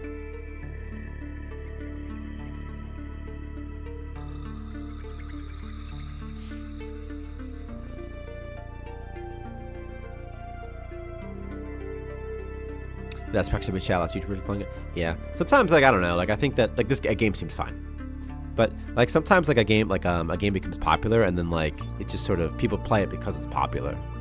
Like I never really understood the hype for Hello Neighbor. And I still don't. I still don't really get it. But maybe if I tried it, I would feel differently. Because, you know, I'm used to playing... Like, I like playing games like, let's say, Dead by Daylight or Hitman. Because Hitman's single player, Dead by Daylight's not. So, like, stealth. I like playing stealth-type games, you know? And, Hello Neighbor didn't seem that great, but I don't know. Planets aren't really... Yeah, it does seem like Phasmophobia. That's the game I was thinking of. Yeah. So, planets are in the game. I mean, kind of scary. It's not really. It's like, you can, like, they have ore and stuff on them, and, like, sometimes they have goo, you know? Loknar, you shut your mouth right now. Loknar, I swear to... Loknar, you want a 1v1, bro? Loknar, you think it sucks? Do you want a 1v1? I will 1v1 you as a survivor, and you can be killer, and I'll still beat you. Maybe. I don't know. I never play survivor, but it's too funny. How dare you? How dare you? Oh, yeah, I want to watch this thing fill up with oxygen real fast. I'll fight you, bitch! You're dead, Loknar! Anakin! You were supposed to be the chosen one. Imagine if someone unironically said to you, you were supposed to be the chosen one. Because I'm gonna start saying that in fights. Anytime someone disappoints me, I'll be like, you were supposed to be the chosen one! Okay, let's do light. Here. Here. Here. Here, here, here. What's my pigment situation? I do wish it would tell me. Of course you do. There you go, painting. A nice painting.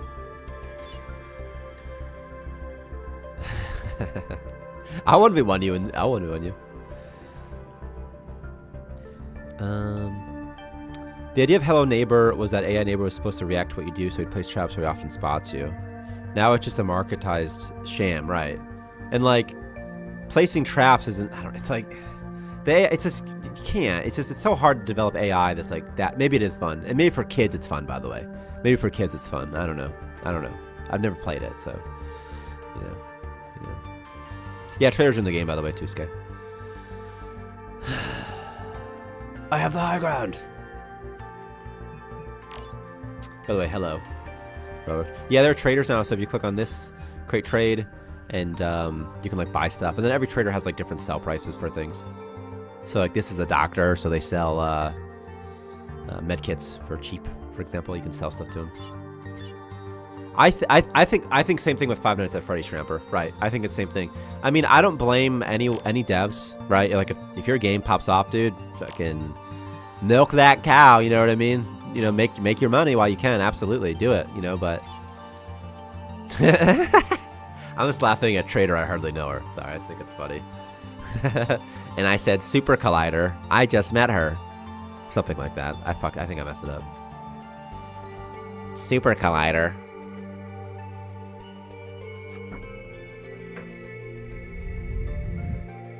My son really likes Hello Neighbor. He's 5. He likes watching Hello Neighbor videos on YouTube, and he likes playing Hello Neighbor.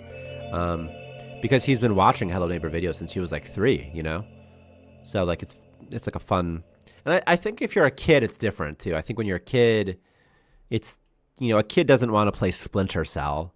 A kid wants to just like, but he's still like sneaking around, you know? I guess what I'm saying is Hello Neighbor is a sneaking game for children, you know? That's no lady, that's my wife. That one's my favorite, by the way. I love saying that one. That's no lady, that's my wife.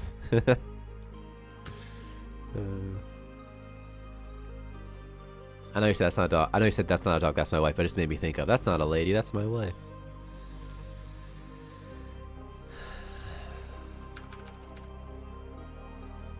Robert, what are you asking about real quick? Which one, though? Because some people prefer earlier version. Are you talking about Splinter Cell?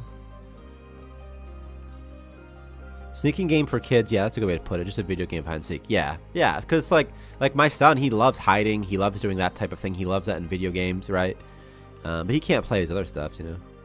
You're not a successful horror game unless MatPat makes some lore video about it. That's funny. That's funny. Yeah. I've never actually played. I think though, like my son will play like Hello Neighbor 2. I think. He doesn't really play that much though. He mostly watches YouTube videos of it, and not even that much anymore.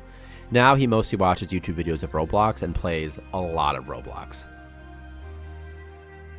There are games that are gimmicky, but sometimes they have appeal to a wide audience. Yeah, I think so too, and I think that like the best games, they are gimmicky, but also they're fun. Like I think those are like the best games. Is like they put you in a position, like they put you in some sort of experience that's fun that you're not really going to get anywhere else. And on top of it, the gameplay's fun. I think those are the best games.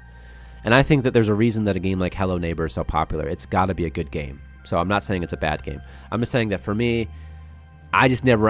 It's just, you know, so many. You know how it is. We play games, so like a game will come out and it'll become like really popular, and then sometimes it's hard to be like, why? Why did that one become the one? That's more of kind of what I'm getting at. So I feel the same way about like Among Us. It's like, why that one? You know, it's basically just Town of Salem. You know, that's all. You know. Too bad your kids didn't grow up with Club Penguin or Toontown. Yeah, but I still think that also Hello Neighbor was on Game Pass, which I think really helps with, and probably maybe it's had right place, right time. Maybe, you know, it's one of those things that just happens, you know. Flappy Bird, yeah, Flappy Bird also very gimmicky, but in the case of Flappy Bird, it's like what's the term, like striking lightning or something, lightning in a bottle or something. It just kind of just worked out, you know. Who is my chemist? And sure, I'll use the upgrade module. Ezekiel Black, the myth, the man, the legend. My security guard. It's fine. He'll do chemistry stuff. It's fine. Let me hook this up. The pipeys, and then I'll need medical as well, which requires electronics for some reason. So I'll need that. And now I'll need a programming table too, huh? Fine, I'll do both. I don't care. I should get a water purifier though. I should do other stuff first, huh? I should probably do other stuff first, like water. Is it a good idea for Ezekiel Black to mix chemicals? It's not, to be honest with you. I'm going to be watching him closely. But I have trained him how to fight, which also wasn't a good idea. To be honest, I feel the same with Plant vs. Zombies. Same thing. Same things. PvZT is appealing for hardcore players and pay to win. Yeah, that's too bad. I played Town of Salem, but I hated it. Among Us at least has more movement. Yeah, like I do think Among Us was fun, and I played it. I absolutely played it when it came out. Same with Fall Guys, right? Like, it's fun. They're all. It's like, I think that whenever anything becomes super popular, it's because it is good. But sometimes I wonder, okay, of all the good things, why is it that that good thing made it into the stratosphere and other good things just don't, you know? That's sort of what I'm getting at, you know?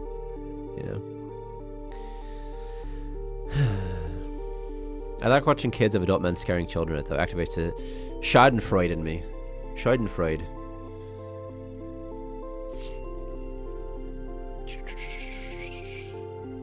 Left 4 Dead 1. was amazing. Left 4 Dead, I didn't have any friends to play with when it came, just the way it worked out, you know.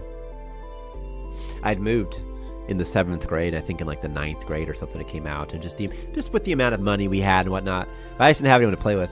And but then like in the 11th grade, I kind of met like this group of friends, and they would all play Left 4 Dead sometimes together, and I was like, oh my god, I can't believe people. It was Left 4 Dead 2 at the time, I think, but I was like, oh my god, it's so fun. Because playing with randoms was, I would play on the PC and stuff, it was so hard. We don't know what's going on, you know. Mirror's Edge, I never played. I played the demo because remember they had a demo out about Halo 3 time, you know. So they had like a demo out, and I played the demo, but I never. It seemed okay. Like it seemed kind of cool, like a real cool concept.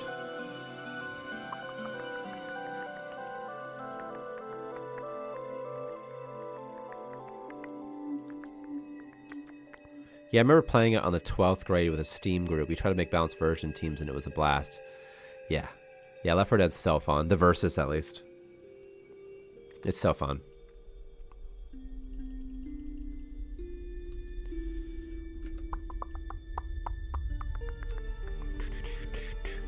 I also played a lot of Team Fortress back in the Team Fortress 2 back in the day. Back in those days. I first played Team Fortress 2 in the orange box, so I got the orange box, which is pretty fun.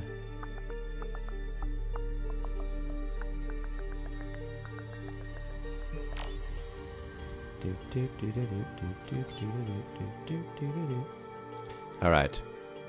We're getting the ore. We're getting other stuff as well. I might put some ore over here or something. Can I just do it like, it looks ugly this way, but it's going to be closer to the refinery if I do this. I'm going to put a ore and like metal and stuff here. I'm thinking. Toggle all. Check this out, guys. Ore. Ore. Metal. Oh, okay. Oh, it's not discovered. Does it not refresh? Is that what happened there? Oh, it's collapsed. Okay. Metal. I have to just go to regular engineering, don't I? At this point. Okay. Cool.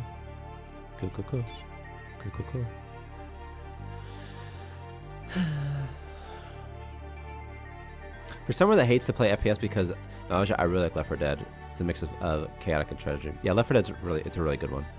I think it's a really good one. Don't forget Smash, where the game's still alive and can continue. Yeah, Smash is good. Smash is also perfect. Nintendo makes like only good games, though. I think Nintendo, like I've said this before on stream, but I think that's like Super Mario Odyssey, for example. It's designed almost flawlessly. My son Graham was playing that game when he was, again, like 3. He'd be like 3 playing it, and like he knew what to do. Like he understood, oh, okay, I got to get moons. Like he understood not only how to play the game, but he even understood the high-level objective about how do I beat the game. And he can't read, you know. Anyway, so I just think it's a really good game. Nintendo's a shitty, like as it like their practices. I don't know anything about their practices. I only know about, you know, like the products that they make. You know, that's why I still like Kevin Spacey. You know, dude makes some good movies. That's a joke. I know what he did. I know who he did.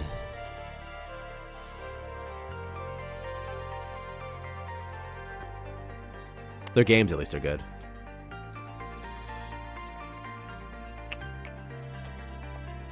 The Zelda games are always good as well, you know?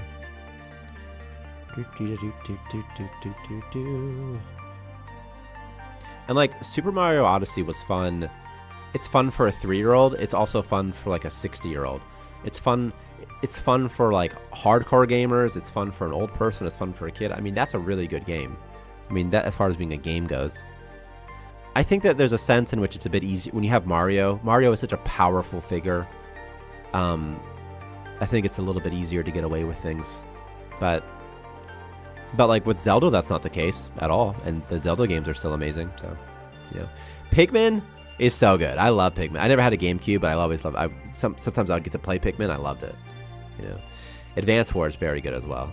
You know. Mario 64 was honestly probably the last Mario game I actually played. Like, I never played Odyssey.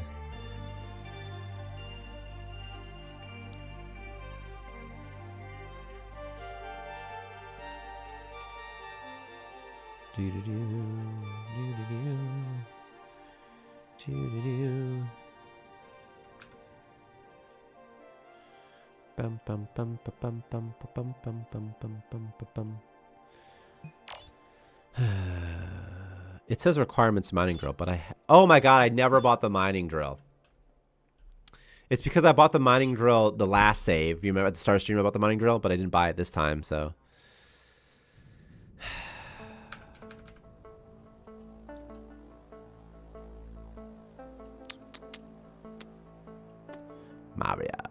Mario, Super Mario. Bow. Bow. Bow, bow, bow, bow.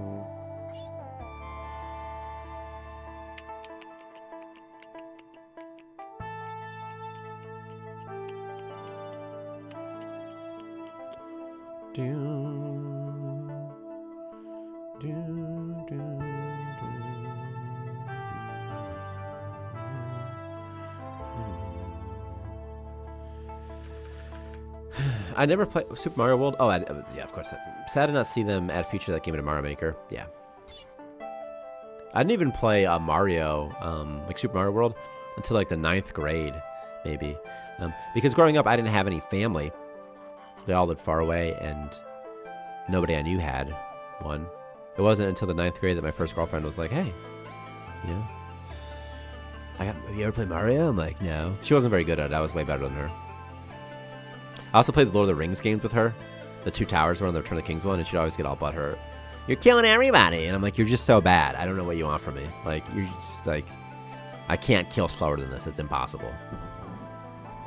So.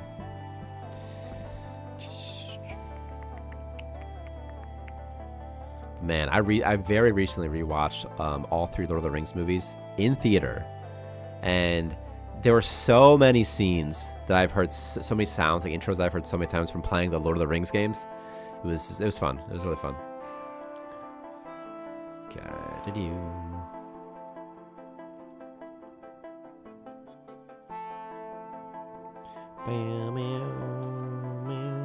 You've never seen Lord of the Rings, Loknar? That's wild. That's wild.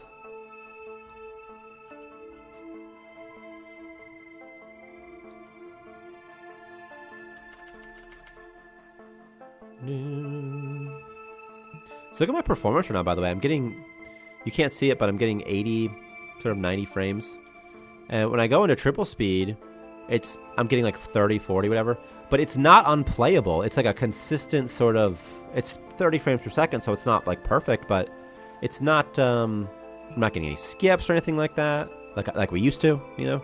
I'm just gonna move the camera with the keyboard, and you would kind of see some sluggishness. Skips, but you're not really seeing any, see? So you're not really seeing any skips. If I go over here, by the way, I'm getting 90 frames per second at 3x. Like 60 now. You know? Okay, how do I have low oxygen somewhere? Oh my gosh, in here? How is that even? Oh my god, my core. Oh no, this is actually really bad. Okay, we're gonna find this. So see how I have wall vents everywhere? Your core only produces a finite amount of oxygen. So at some point in your life, you have to not do this anymore.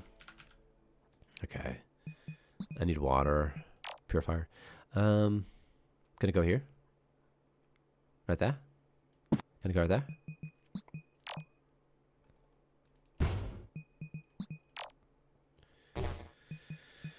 Okay, I bet I don't even have... No, I do have a sink because I poured a bunch of stuff into it. So I do have a sink. Okay. Hey, what's up, Line Skills? Yeah, it's Unity. This is made in Unity. I'll show you, yeah. Unity, see? Unity. Unity. How many people can your core sustain without an oxygen vent? I have no idea. I literally don't know. Apparently it's 9.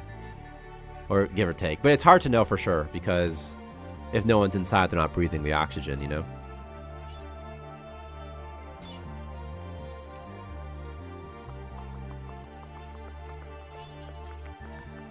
Like right now, there's 3 people in here breathing, and this guy's got poop on his chest. So, I don't know, you know? I've only ever seen The Hobbit, and I don't remember all of it, yeah. I've never seen the Hobbit movies.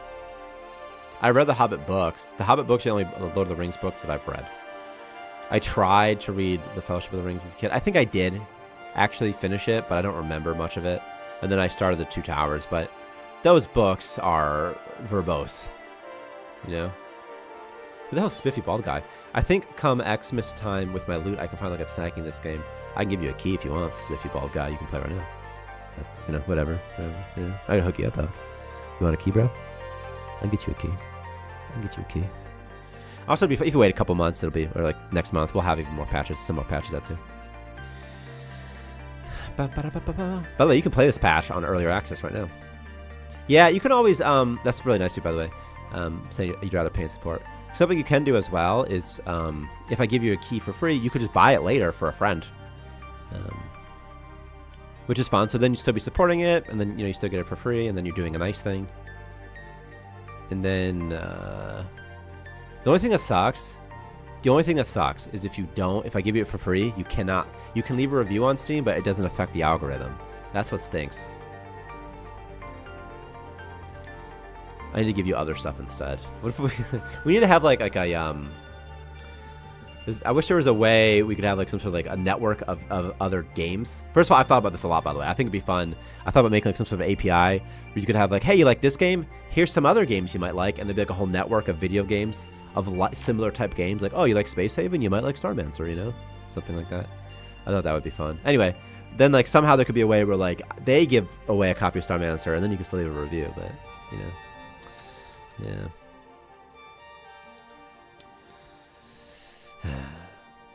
You can still leave a review even if you get the game for free. It just doesn't count. It doesn't count under the recent reviews. And I don't think it counts under like the ratio either. You know? Yeah. Space Haven's a good game. Yeah, Space Haven's fun. With a lead dev with the name of something. I forget. I used to talk to him sometimes back in the day, but not so much anymore. I remember one time our publisher was like, yeah, don't, you know, do you hear what happened with Space Haven? I was like, no. Oh, they're adding slavery to the game and it's not, you know, not looking good or something. And I'm like, oh, okay. And I remember thinking like, well, that's like, but it's fine to have slaves. I think I found out about Starmancer from the Chunkafish Discord server. The only reason I'm there for game announcements and deals. Yeah. Yeah. Oh, yeah. I remember one time on Space Haven had a Kickstarter or something. And I remember posting about it on Starmancer's Kickstarter, like a Kickstarter post, like, hey, support Space Haven, it seems.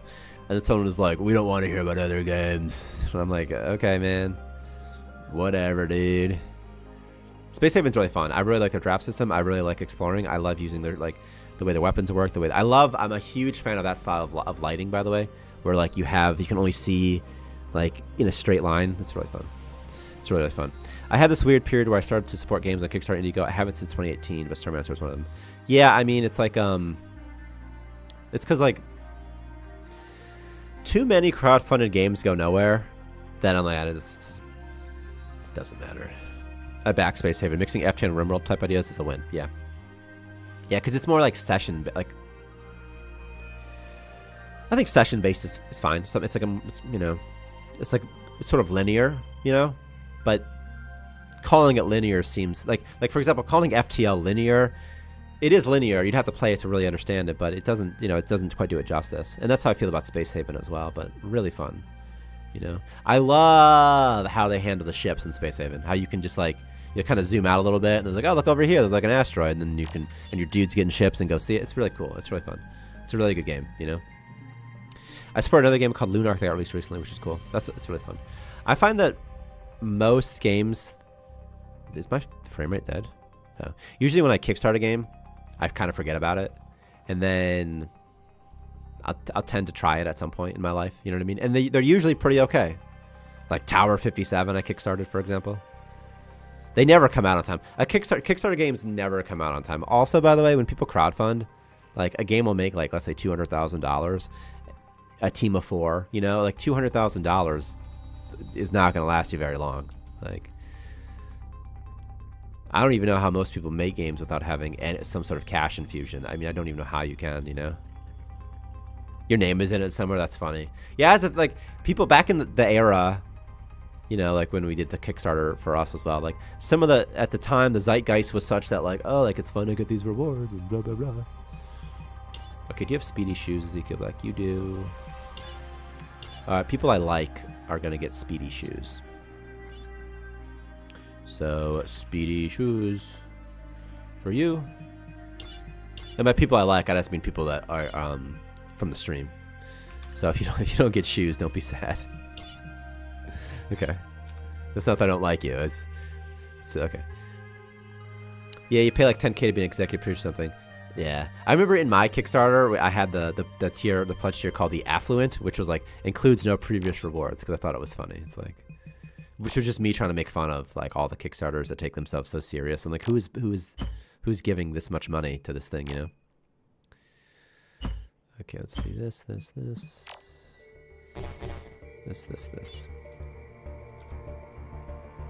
Object already acts as wire, Tyler. It already acts as a wire. A dish day. You know what game is amazing, by the way? It's frickin' Spore. That's from Spore. Somehow it's one of the... But Spore... Oof. It's not as good as it could have. It's not... Yeah, it's not perfect. Sure, it's not perfect. I followed the Spore hype since basically the first public announcement of it, so I know everything about it, but... Man, it's still a good... I would love to see more games like Spore.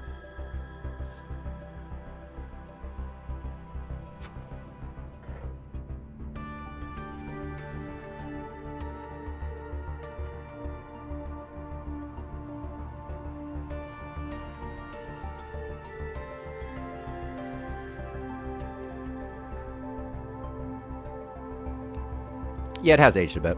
That's true. That's fair. That's fair.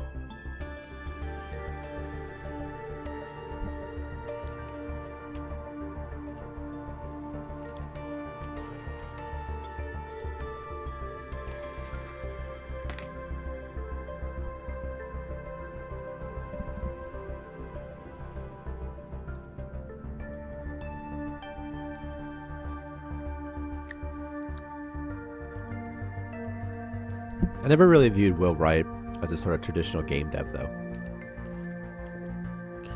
He's more of like a sim. He likes to make sim-type games. Sim-type experiences, you know? Which is good. I think that's fun. I think that... I don't know. A lot of games... There's not that many surprising games anymore. There's not that many games that are doing brand new stuff. There's not that many games that... are showing you something that you've never really seen before. And maybe it's just because it's tough, but like movies and TV shows do the same thing. And I don't think Will Wright's ever going to make another game, because it's been so long since his last one. And I'm sure he made a killing off The Sims. I'm sure he probably still somehow gets some residuals off something somewhere.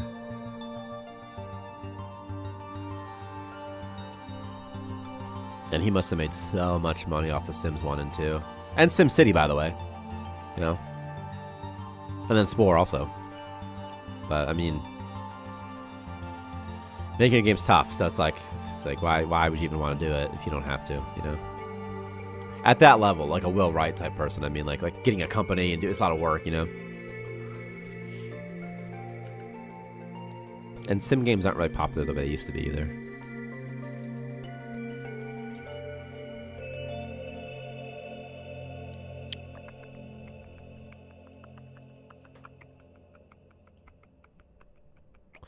I did his masterclass. I bought that. I paid for it. If that's what it's called. I paid for that class and I took that class. By the way. I don't think any new genres or styles games necessary. It's kind of like music, not to mention people still playing things like checkers and chess. Well, I think it's like, okay, so take like a battle royale, for example.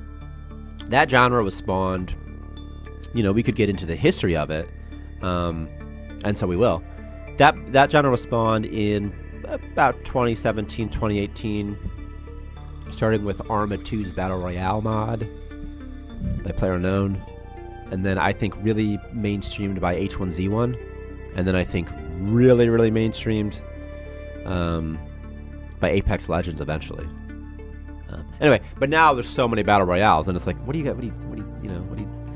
So, and everyone's just making battle royales as far as AAA games, you know. So that's what I mean by there's not that many new surprises, there's not that much new stuff. That's sort of what I mean. Yeah, I skipped PUBG. PUBG came after H1Z1 and before Apex, but I skipped PUBG because I felt that, I don't know. Obviously, I know about PUBG, as you know, I know what PlayerUnknown is, but like, I just skipped it, you know. Because it's like, I think that first of all, H1Z1 is really the reason that there's battle royales. It's not because of PUBG, and PUBG wasn't. If someone, there were a lot of people who played PUBG who never played H1Z1, didn't like H1Z1, a lot, including some of my friends, right? So PUBG was even more popular. But I mean, I think Apex Legends really is the one that demonstrated to these AAAs that they could make money doing this. So, yep, battle royales. There's some, dude, H1's at my hands. Just my first, I remember like my first H1Z1 win. I mean, your hands are just shaking, you know. I like the history of how mobile games spawned from a StarCraft mod or something like that. Yeah, Defense of the Ancients, and it wasn't StarCraft, it was Warcraft. And then MOBAs. There were a lot of MOBAs for a period as well, or attempts of MOBAs, you know. It's just like whenever anything is like really popular, like there were so many Minecraft clones for a while, right? Same thing. It's like whenever something's popular, everybody tries to copy it. And I think there's two things happening. I think one thing that happens is that whenever a new game exists, it's unlikely that a person is developing a completely unique idea all on their own and that nobody else is researching it. I need power, by the way, so I'm kind of distracted right now. I'm going to get a Jenny real quick. But anyway, so I think like a lot of people were already making Minecraft-type games. And then, secondly, Minecraft becomes huge, and everyone's like, "Oh, I can make money doing this. Like, I could make this. This doesn't seem that hard. I could do this and make some money." And so I think both those things happen, and then there's just so many of the same types of things, you know. I never had Warcraft 3, but I only had StarCraft. My friend Shaw had Warcraft though, and it seemed fun. I loved playing StarCraft custom games. That was my favorite part of StarCraft. Like The Thing was really fun. That was one of them. And then there'd always be ones where like Family Guy ones where there'd be like 8 bases, and you would just spawn dudes. Like every 30 seconds would be a wave or something, and you could like direct what your wave would do a little bit. There was one called like Break the Condom. It was really, really fun. You were like a Zergling, and you had a bunch of those dudes like that, and then one player was the egg or something like that, or was like the woman or something. It was fun. It was fun. Terraria is amazing. I played Terraria on launch day with my friend, and we played all weekend. It was when I was in the army. We played all weekend, and so fun. I mean, Terraria is so fun. It's so fun. I love Terraria. You know.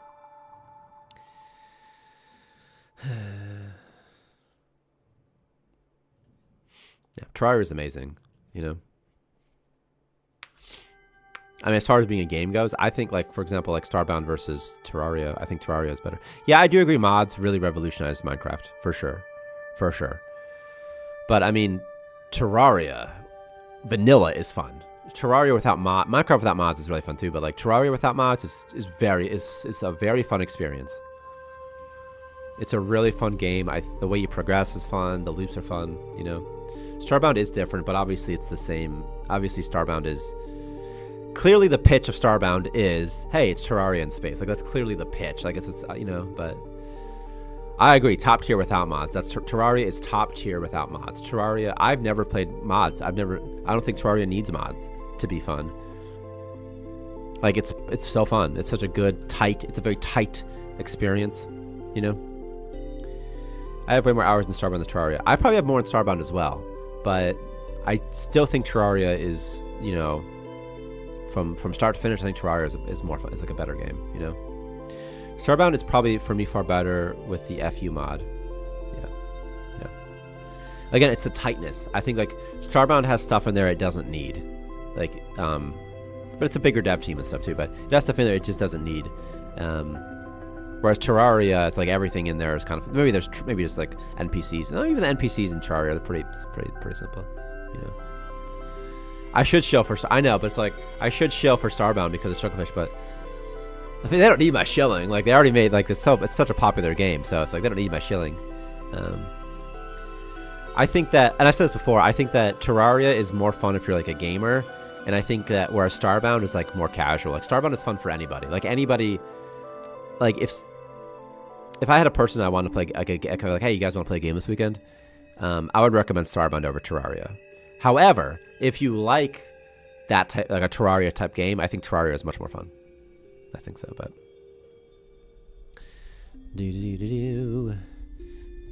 Ever played Starbound with the drug mod? I would use Frack in Universe and Garden Bots mod to make automated weed farms and get bricks of white nose dust. That's amazing. That's amazing. By the way, and also the back end of Starbound is great too. You know, the way you can go to different planets and build stuff on those planets, and the way multiplayer works. I mean, overall it's great. It's wonderful. It's amazing. But I just like Terraria more. That's all.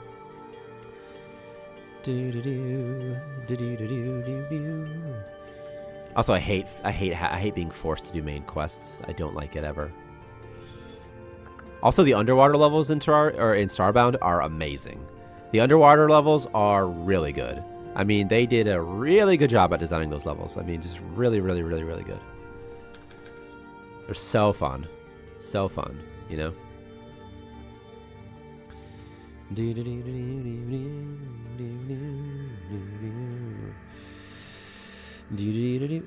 But man, I love those again.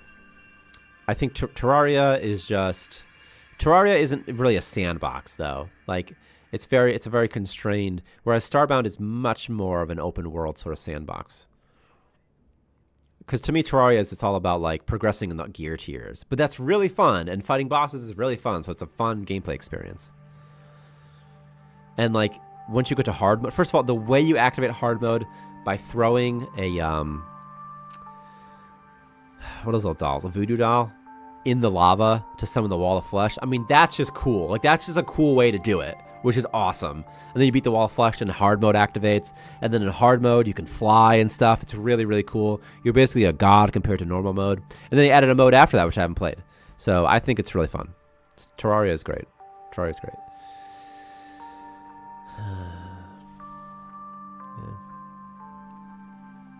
I think Starbound's biggest flaw is its linear and somewhat forced story.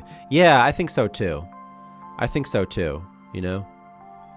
Like Starbound has like that main quest and stuff, but I think that I also don't like the food decay system in Starbound at all.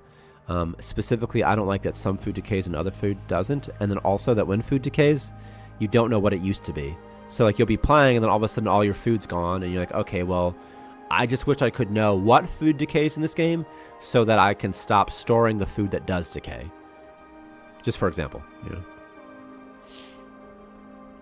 Also, Terraria's special weapons are much better. Terraria has really fun, exotic, like just unique magical weapons. Also, with Terraria, their events just mesh really well and are fun. Yeah, I think so too. Yeah, look down. Yeah, I think so too. It's just an overall. But the thing is, with Terraria, is they just have one planet. So if you have one planet, it's a bit easier to have like a tight gameplay, a tight controlled gameplay experience. You know. But I do think it. But I think they pull it off, and they pull it off really well. So, you know, Terraria is better with combat gameplay. I agree about that. But Starbound is better with variety and very relaxing. Yeah, I think that's perfect. I think that's absolutely it. And they're both great games. They're both like 10 out of 10 games, you know. But I would say that like, you know, I would put Terraria as like 99 out of 100, and Starbound as like 97 out of 100 or something. You know, like something like that. They're both really great. I'm seeing what all is in next Terraria's update. I have not been following Terraria. The last time I was really following Terraria was forever ago, and it would have been when they were supposed to be making like a separate Terraria game, but they canceled that or something. You know.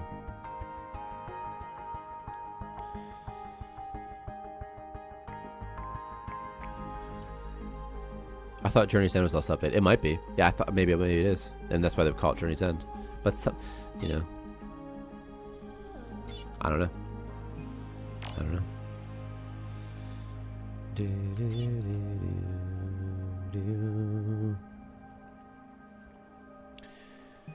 Do I have a Jenny today? By the way, I changed the Abyssal Eye portal so that instead of generating unlimited power, they now generate 10,000 power. And once it's consumed, they're gone forever. By the way.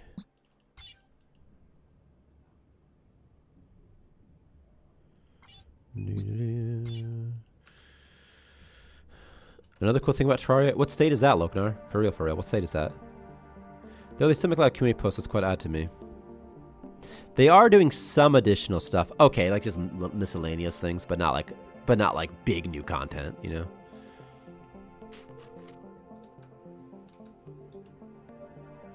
I didn't know it was from Indiana. That's really cool. Oh, you live pretty close to me then, Loknar. That's awesome. So I just live in Michigan. That's fun. I live in Bay City, Michigan. Doo-doo.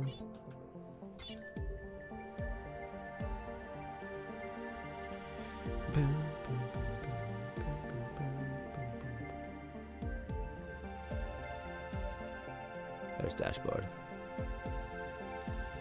Doo-doo-doo.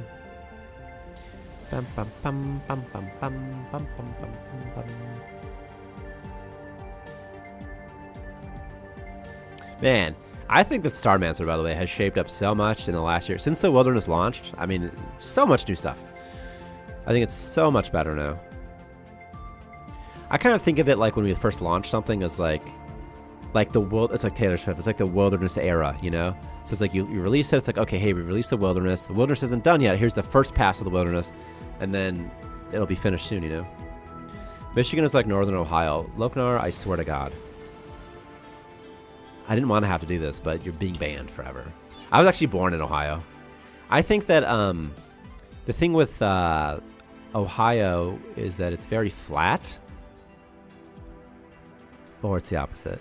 So it's like Ohio is like just rural Michigan everywhere. That's the way I view it, you know? Applied Energistics is amazing. I love Applied Energistics. Where I live is very flat as well, but like at least there's parts of Michigan that like aren't just hillbilly. Whereas Ohio, it's all just terrible. Just terrible. Looks like Terraria 1.4.5 is the Dead Cells crossover. What's Dead Cells?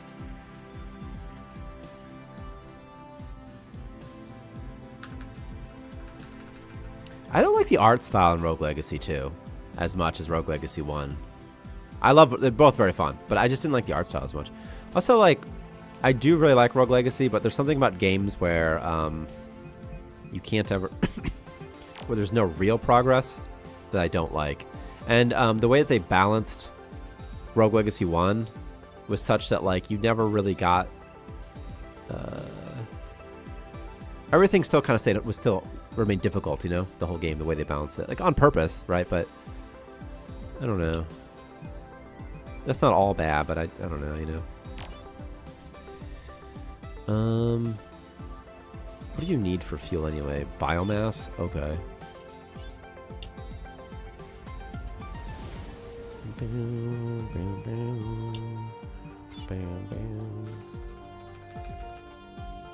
Project Zomboid looked fun. Yeah, that looked good. I like Project Zomboid. Dead Space was spooky. Dead Space is a spooky game. I still have it on my bucket list of games to beat. Dead Space, I replayed it like a year ago, and it still makes my heart race. It's so tense. It's so tense. I like Rogue Legacy 2 more only because you can increase your character's abilities to help. Yeah, because I don't like only Rogue. Too much Rogue like I don't like.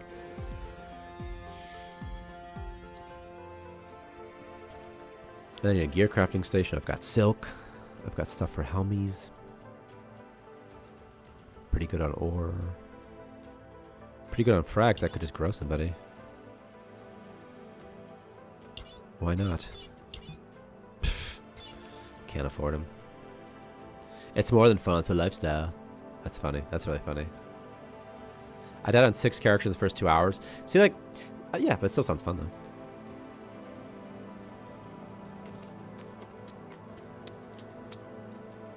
You know what game I think really defined my childhood a lot that I don't give enough credit towards is RuneScape.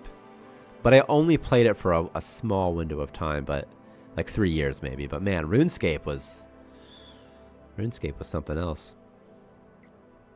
I kind of want to keep this in my base. Just like a lava pit room. It's sort of fun. And it's so close already to the base. Could be fun for something. What could I do with it, though? Could I do something with it? Maybe. It's just again, it's just a fun room. I can make it into a hallway. I'm going to try making it into a hallway when I warp. I'm going to warp pretty soon. Like that. Oh, yeah. Fun is the number one goal for playing games. I think as an industry, people forgot that. That like, yo, dude, games are just for fun, man. Like, don't take it that serious. Like, these are just for fun. Like, games are just toys that children play, you know? At the end of the day. I'm gonna grab this. Not only children, but games are just big, you know, it's a toy. It should be fun, you know?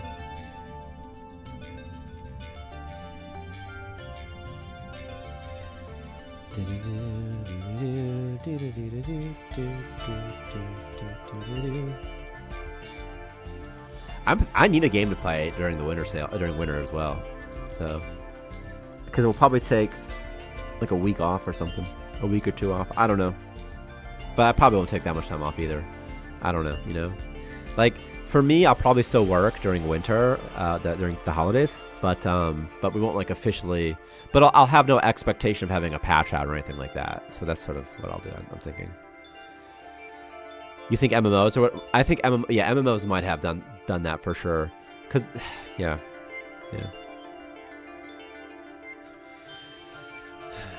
I think people can get so obsessed with a thing as what with games, with things. And there's nowhere for the industry to go.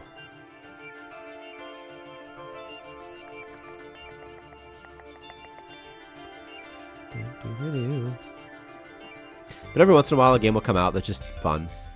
That's just fun, and this is good. Makes you feel good to play.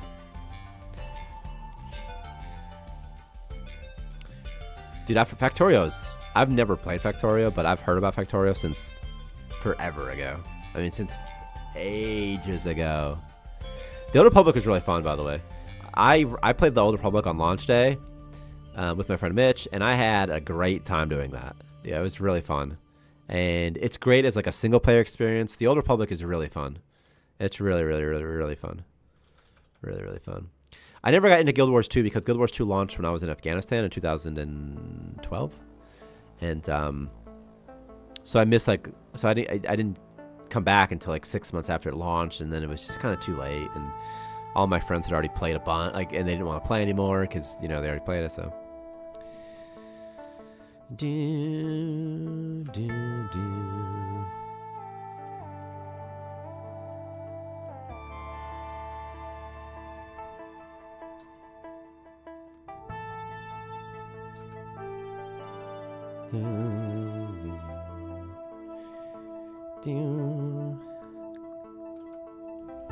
Alright, we can... Ooh, I can show you... I'm going to show you guys the new systems now. I have enough fuel, by the way. So I am 2 hours into stream. And we'll just do it. We'll do it now. So, okay. We're going to go far away. So far away. So far away from where you are.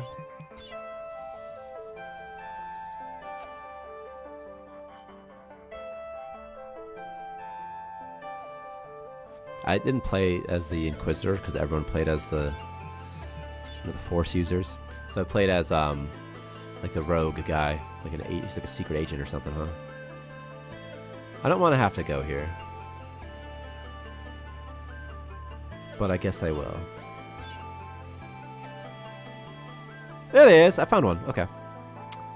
Here is a destroyed system. By the way, I just know what it looks like because the star sprite looks different. And then here's a destroyed system right here, by the way, with nothing in it at all. So I'll warp to it in a second.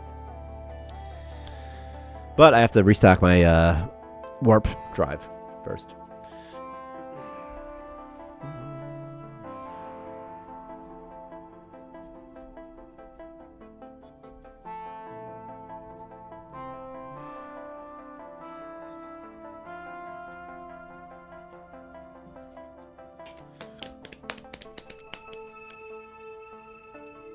Sometimes a nice thing about being a dev is that I also enjoy playing Starmancer. And so there's something fun about imagine having a game you really like playing and then being able to add stuff to it. And not just add stuff to it, but like easily add stuff to it. It's fun. It's fun for me. I would imagine that working on a game that you don't really enjoy is not fun.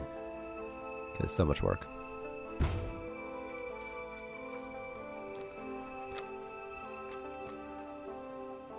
By the way, if you like Starmancer, you should leave a review on Steam. It costs you nothing except your time and maybe your dignity. Just do it. Do it. Do it!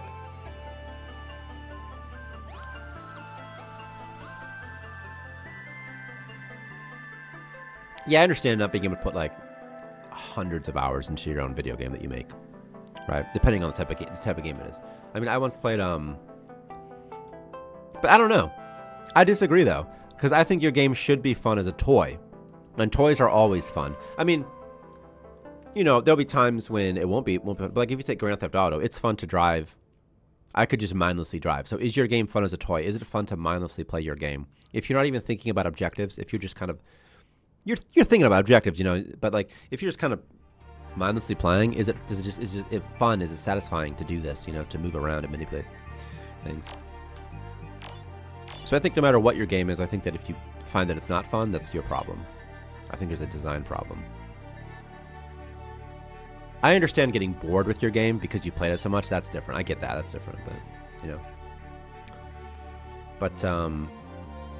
But I mean, it should feel satisfying. Even your 1000th hour, you know, doing that level should feel whatever, you know what I mean? Playtesting it should feel pretty good. But again, like, let's take a great game like Halo or something. I mean, Halo's great. And if you were the guy who had to design and playtest the cartographer level, you probably think it's the worst level that's ever been invented in the history of the world because it's fucking so obvious and so boring. So there's that aspect too. It's very tough. It's very tough. It's very tough. It's very tough. You know. I feel like Starmancer could do with more things to explore. What are your ideas, Blacklander? Because you said not just dungeons, so I'm just curious. Like, what do you mean? Like, what type of stuff, you know?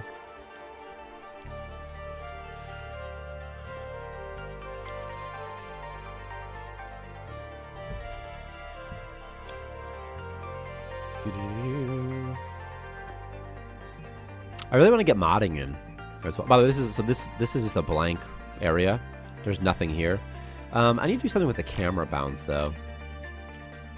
You see the camera bounds don't recalculate auto. There's 2 grids right now, dog. Or something. What's that? What's that?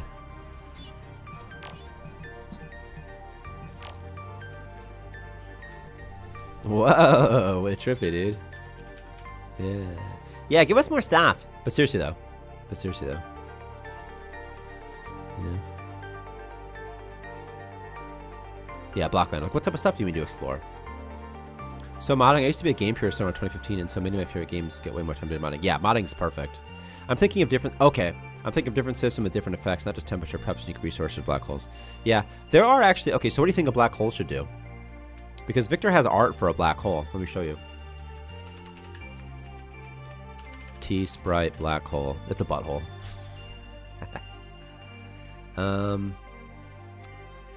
What is the best way that I can show this to you? If I do this. Oh, man. Well, you can kind of see it. Yeah. I agree, by the way. It feels somewhat empty and alone. Absolutely. Absolutely. You know?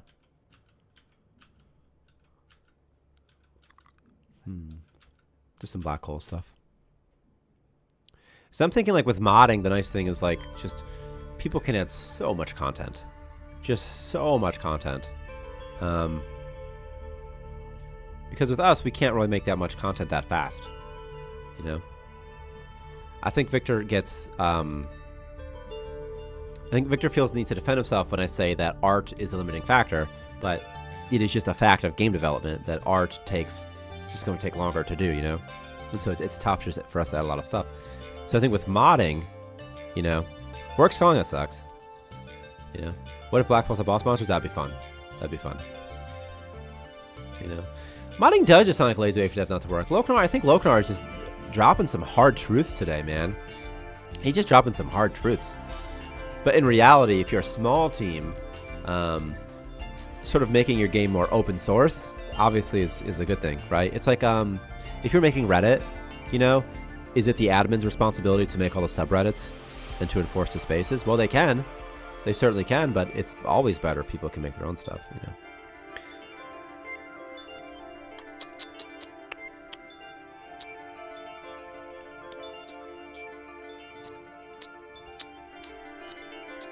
Anyway, because adding more stuff to do is, it's always the thing, man.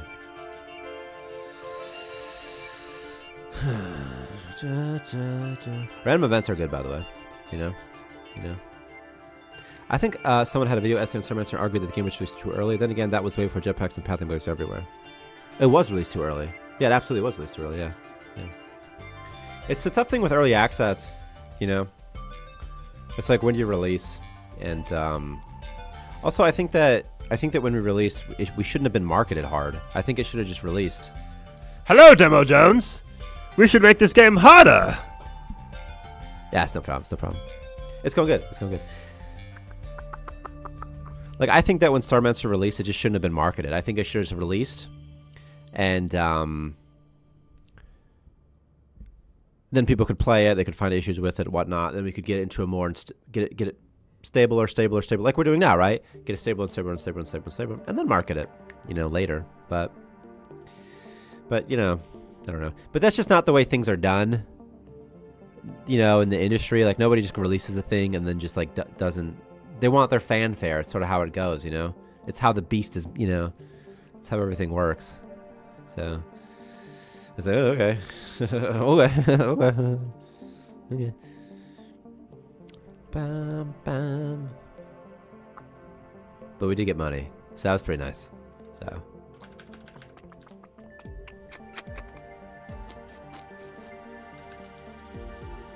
everyone is pink. We made them pink. It was from last stream. I don't remember why anymore. It was there was some reason. My daughter was here. That might have been it, you know. The Starmancer ads overhyped us, but we're still hopeful to see that content in game. Yeah, the trailers. So the way trailers work also is that it's like, you know, you have to make a fun trailer, but how do you even make a trailer for this type of game? It's very tough, you know. Also, the trailers are made they're made like, you know, so much longer ago. So it's tough. So if you're making a trailer, you want to make a trailer of the type of stuff that you would like to be in the game, because the game's not out yet, you know. So you're like, okay, well, this type of stuff that I would like to be in it. Yeah. It's just unfortunate how, like, expectations, you know, they really set the stage. You know, you're like, oh, okay,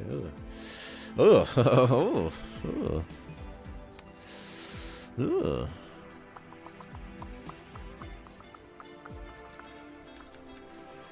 Also, there was so much stuff we had to do before launch, and I didn't, you know, most of it was not that necessary. It was like, you know, stuff like integrate Corsair colors.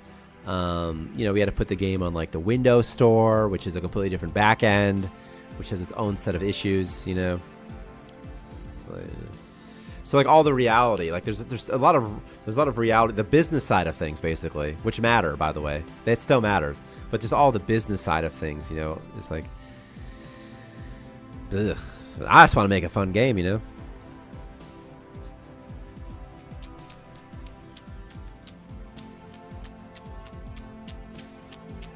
I remember seeing some guy in the Starmancer go bitch about how bad Starmancer is. It's pretty obvious that this game is still a work in progress. Yeah, that's the thing. Like, that's what's frustrating is like, yeah, it's like, it's early access, man. Like if it was up to me, the game would be free. Maybe not now. Maybe it'd be like $5 or something like that. $10. I think it's overpriced at $20 even. Like, I don't think it's worth it. I think it should be $15. I don't know why it's $20, but it's not a discussion that, you know, I didn't win the argument. You know what I mean? It's like, so. Or didn't fight for it hard enough is really what it comes down to often, you know what I mean? But yeah, it's like a work. Anyway, it's a work in progress. It's like, okay, like, You know, like, you know. Yeah. Watching the accessibility, someone miss the ability to change the core color and affect the ambient color it gave off. Yeah, I miss it too, man. But it'll come back one day, you know. I don't know when though, but eventually it'll come back. So we'll see. But just hold on, just keep waiting. I'll add it to the list. Don't worry about it, you know. I bought Starmancer, was on sale. Hell yeah, dude. Hell yeah. Again, I think $15 is fair. I think like 15 is fine, you know. But like to me, 20 is like, that's a bit much, man. Like it's asking more than it's delivering, you know. So I don't know, you know. I'm messing with you, Blocklander. By the way, it was gone for a little bit due to like a bug or something, but then we added it back. Okay.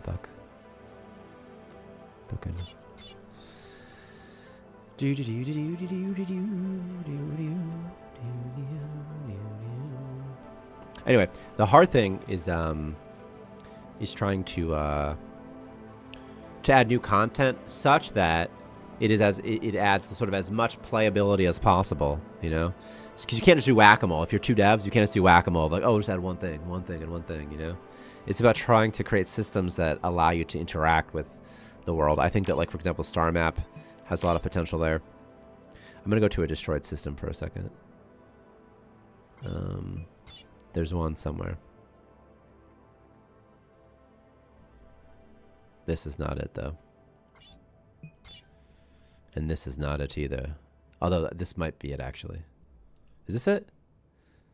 It has scrap and bots. I don't want to go here though because there's bots here. Too dangerous. Too spooky. I'm gonna go here. There'll probably be a winter sale or something, right? There'll be like a winter sale, probably. By the way. Do.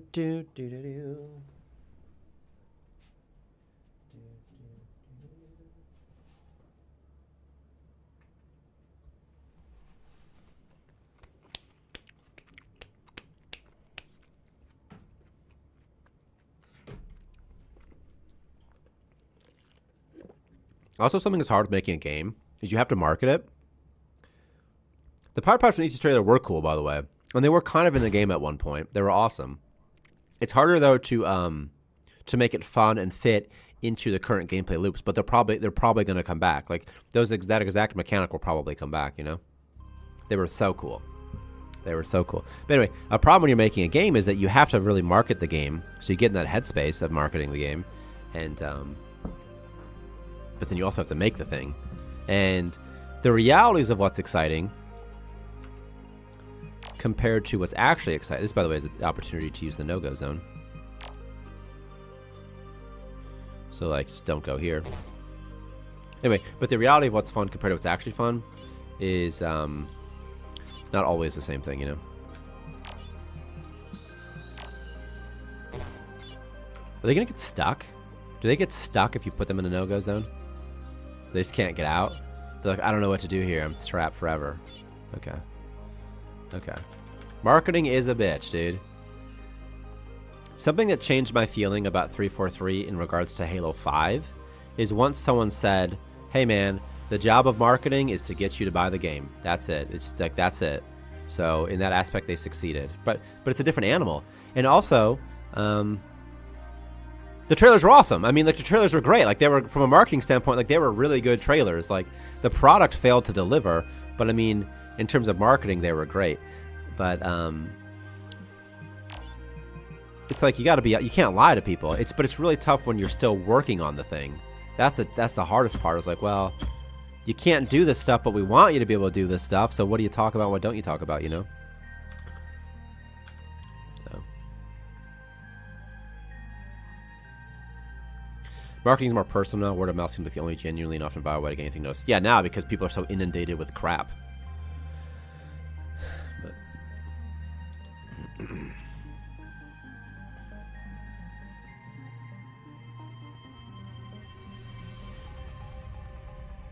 and also, like, there were no, like, whenever we would make trailers, there were never any, like, there was never anyone saying, like, oh, like, is this, what, you know, no one ever even said, like, what is this? They would just be like, oh, this is awesome. You know, this is cool. Good job. Cool. And then there'd be, like, some feedback, you know, iterate. iterate. You know what I mean? But for the most part, there was never anything about like, oh, is this, you know, bam, bam, bada, bam. Oh, and also Victor and I made all those trailers, except for one of them, like the launch trailer or whatever. But and we don't know how to make videos. You know what I mean? We don't do that. We don't do that. You know. Build more shelves. You don't tell me what to do. This is my game. I literally made this game. You think you can tell me what to do? I mean, you can. I'm listening, but it's just like, it's rude is all. I matter. You know, like what I want matters too. Supposed to, I thought. Whatever.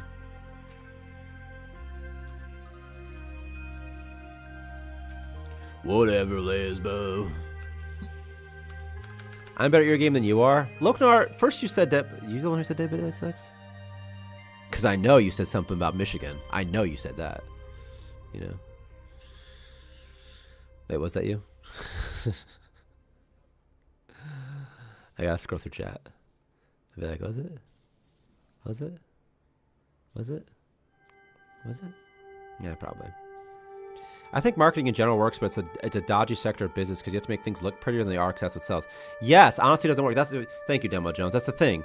Like, okay, you know how you hate that all your favorite YouTubers use the dumbest thumbnails on YouTube? Do you know why they do it? Because it works, for example. Because you have to do it that way. You can't not do it that way, you know? Honestly, doesn't sell. Like, you want to hype them up. You want them to be excited. And it's just, I mean, there's still people out there that are upset about Spore not being as hyped as didn't deliver on it. You know what I mean? Like, people get butthurt about this stuff, you know?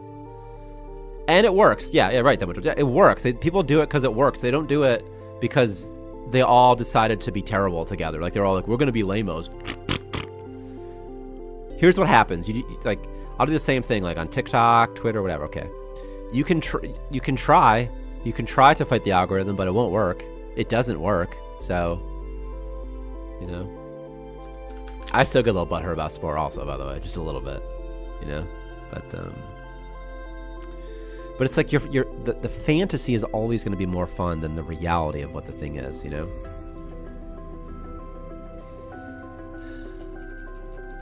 I was interested in Starmancer, but in marketing. I don't know what that means.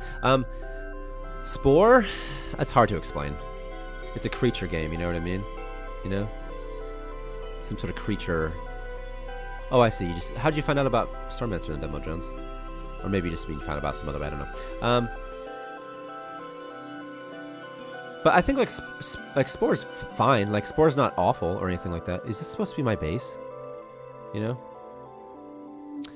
Mild disappointment is correct, and also as far as being a game goes, Space Stage is I think the best. Creature Phase is pretty fun, not that much replayability. Cell Phase is fun. Like, it reminds me a lot of playing those Flash games I loved from playing back when I was like a kid.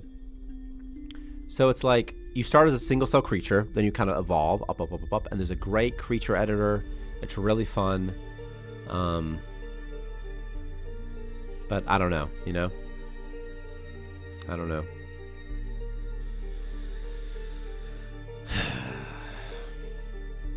Anyway, Space Stage is probably the most fun stage. It's just, the game Spore is pretty simple.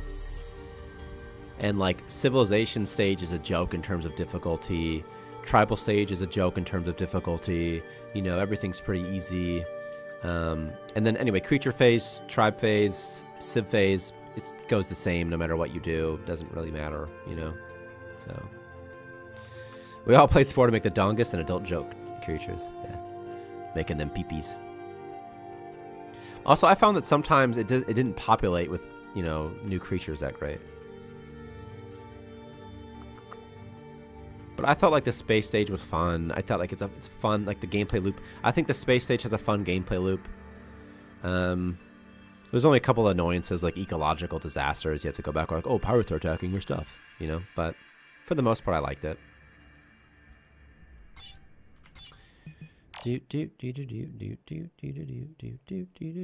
But these are destroyed systems that have destroyed planets, and they have like junk in them as well. They got junk in that trunk. How can there be contracts here? What do you even want? Metal and fuel? Like a... Looks like he has a mustache, kind of. Okay. I haven't really done these yet.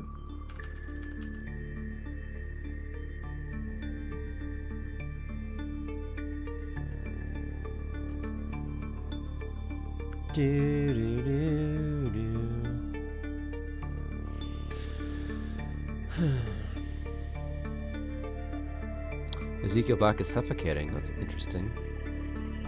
Wonder why. I think it was Splattercott that was first introduced to it. I just said that really weird. Splattercott. Is that Splattercott? Splattercat. Splattercott.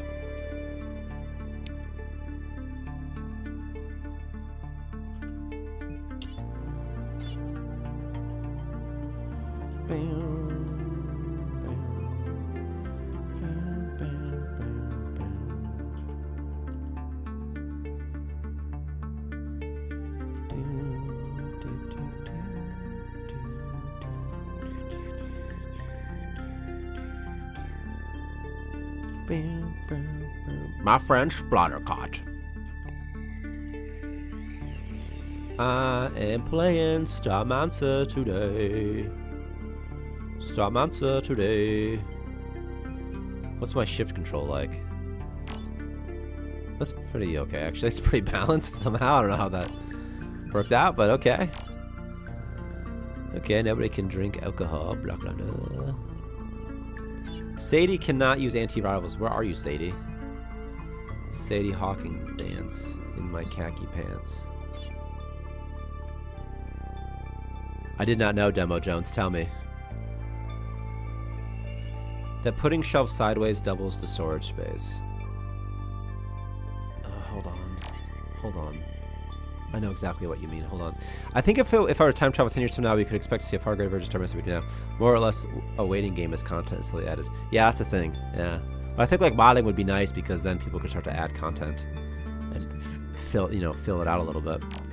Yeah, so they have access positions on the sides. That's a good point. I never even thought about that. I never thought. I always do it like this, and I could just do it like this, couldn't I? Couldn't I? Yeah, okay. You're right. No, you're absolutely right. I forgot they had access positions on the side. You're so right. Yeah. I get you exactly. Yeah. Honestly, I'm uninstalling, so. Alright, well, uninstalling. We can all learn something new every day, you know what I mean? Oh, yeah.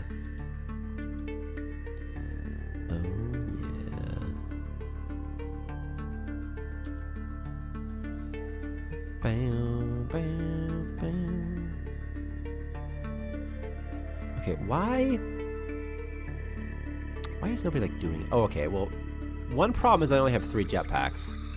So that's an issue. So I need to do something about that.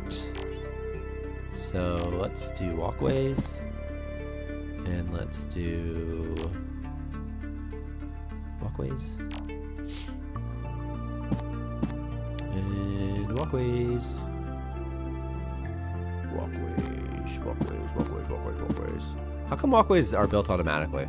Like in one straight line? Is that even fair? There are 2 types of players, which is seen apparent in RimWorld. Those who want to have super optimized shelves and those who want to have pretty looking shelves and bases. Yeah, what's funny is Victor is the pretty player and I'm the not pretty player. But no, I'm more like, I want my stuff to be neat though. I like it to be neat. But, yeah, that's funny. That's a very funny thing. A slime layer? Pizza? Pizza? RimWorld's fun. The thing is, RimWorld, RimWorld's a bit old, and the learning curve is a bit steep. RimWorld is a great game if you like that type of game, though. It's great, And a lot of mods as well, but there's so many mods. I mean, RimWorld is what Starmancer wishes it was, basically. Something like that. RimWorld's really good. Really good game. But I like to maintain that we did not copy RimWorld. We copied Dwarf Fortress. RimWorld came out while we were sort of working on Starmancer. So, I can't use mods. You don't like to. I wonder what percentage of people use mods, and then I wonder what percentage of people play games are aware of games because there were awesome mods for them. Like, let's say Minecraft, right? Like, what percentage of, like, let's just do PC before consoles forever ago. Like, what percentage of them used mods, and then what percentage of them only played Minecraft, even though they don't use mods, but because one of their friends played mods and got obsessed with them and wouldn't stop talking about the game, you know? Oh, okay, GeForce. Yeah, you said that before. You gotta stream it.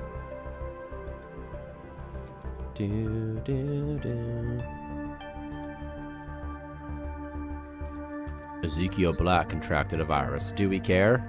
Not really. I mean, infested station access without an engineer is pretty good. So we're just gonna do that. Most of the reason I don't know if you're being honest, but I hope it is. Shouldn't you care if he spreads the virus to others? I should, and I technically do. Luckily the cuddler thing only infects other people if they attack you, I think. I think they have to attack nearby people. I think so. And also everybody likes the guy with the cuddler infection, so that's okay.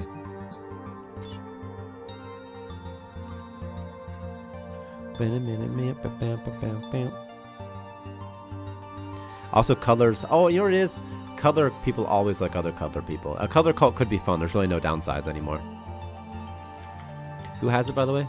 Ezekiel Black. I could use the larva husks. Ezekiel Black. Use antivirals. Do not do that anymore.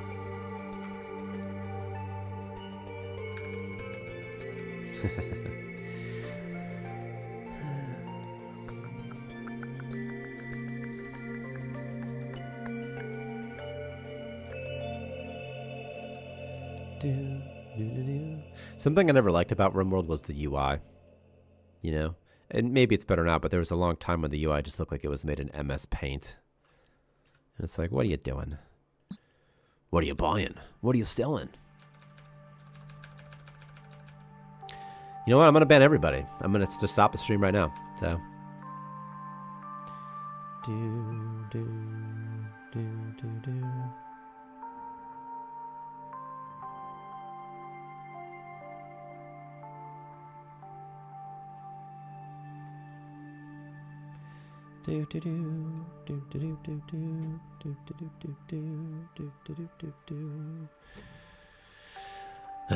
Ezekiel Shamper is being. What, someone fighting? Yeah, whatever. They're fine. I'm sure it's fine. I'm banning. Victor's out of here. Victor, you're out of here.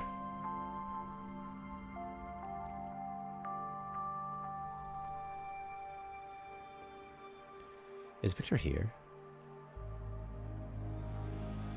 There's this thing, this thing, this thing, this thing. You're out of order. This thing. Do do do do do do do. Do do do do do. Do do do do do. Another hard thing about making a game is that there's always conflicting opinions about, you know, what to do next, what we should write, whatever. And what's difficult is that often all of the ideas could be good, but one of them is, you know, better than the others and stuff, you know. Tyler, why do you make walkways if you have jetpacks? Because I only have a couple. I only have 3 jetpacks. Most of my dudes do not have jetpacks. And one of my guys has a jetpack that should not have a jetpack. Because they don't even have a helmet. That's why. And what I really need is a gear crafting station. Because once you get that, it's like pretty easy peasy lemon squeezy, so that's what I'm going to do. Cannot walk to treadmill. That's not good. That's not good at all. Let me keep that. Do, do, do, do, do. How does this work? How does this work? How does this work? Okay, this cache. I have to dump this manually. Is that how this works? This is okay. Okay. Okay. Okay. Bug that scrap cash should be consumed when picked up by ship. Scrap cash. Scrap cash. Scrap cash. Oh, I'm going to make more jetpacks. And then it will be easy mode. Wow, I got posters. Okay, this guy has a zombie infection. Thank you for building this. Okay, now my people can do stuff. And we'll do stuff. Oh, I got Mr. Snowman. Mr. Winter. Somewhere. Carrot Nose. Carrot Nose. There's poop in here, which makes the whole thing ugly, apparently. This thing is so big. That's what she said, but it really is. So where can it... Okay, what about a tree instead? A nice winter tree. Option to sell construction materials. That's a good idea. To traders. Yeah, that's a good idea.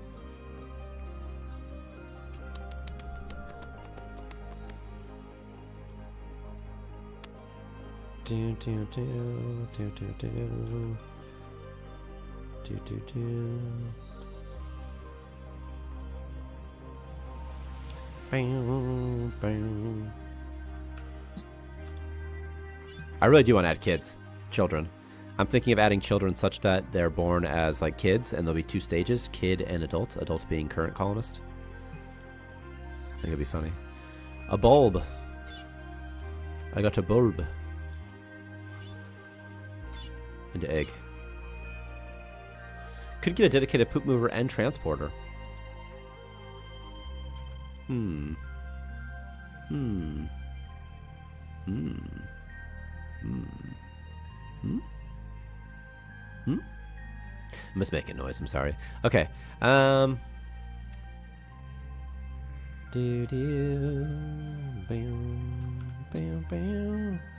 Remote added kids in one of their DLCs where they deal with gene editing and mutations. So I think the ability to breed is really fun in these types of games, but not necessary. It just could be fun. And I was just thinking of tying in kids into the win condition of you know, being able to have a successful populace, you know. And if you can have a successful populace, then you win. And then you've done it, mate. You've made some sort of self-sustaining thing. I need to write down a bug, which is bug that colonists get trapped in no-go zones if it's surrounding them.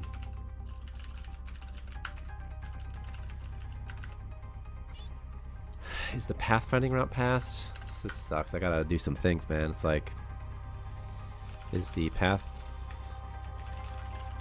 route passed? Question mark. I don't know. Makes it seem like the goal is to become obsolete and that humans don't need the core survival. Is that so bad? Is that so bad that you've done your purpose though, and then you can go back and retire and hibernate or something like that? Be like, hey, you've succeeded. You know, if you want, you can sort of let them do their things, and you can stop playing now. Is that so bad though? Like, if that's the goal, right? Is to like help them out, you know? Do do do do do do. I forgot what I was about to do with this game.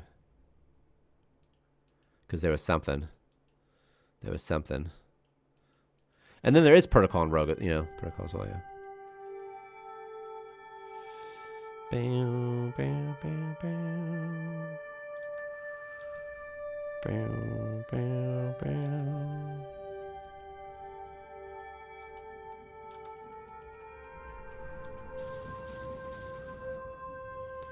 Do do do.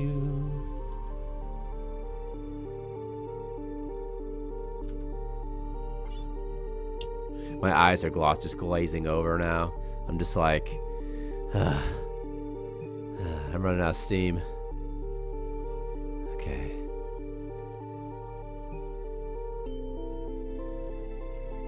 Do do do.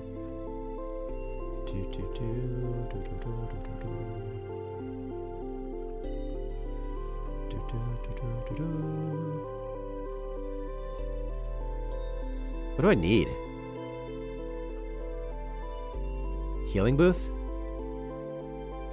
Really nothing. Overall, it's pretty okay, you know.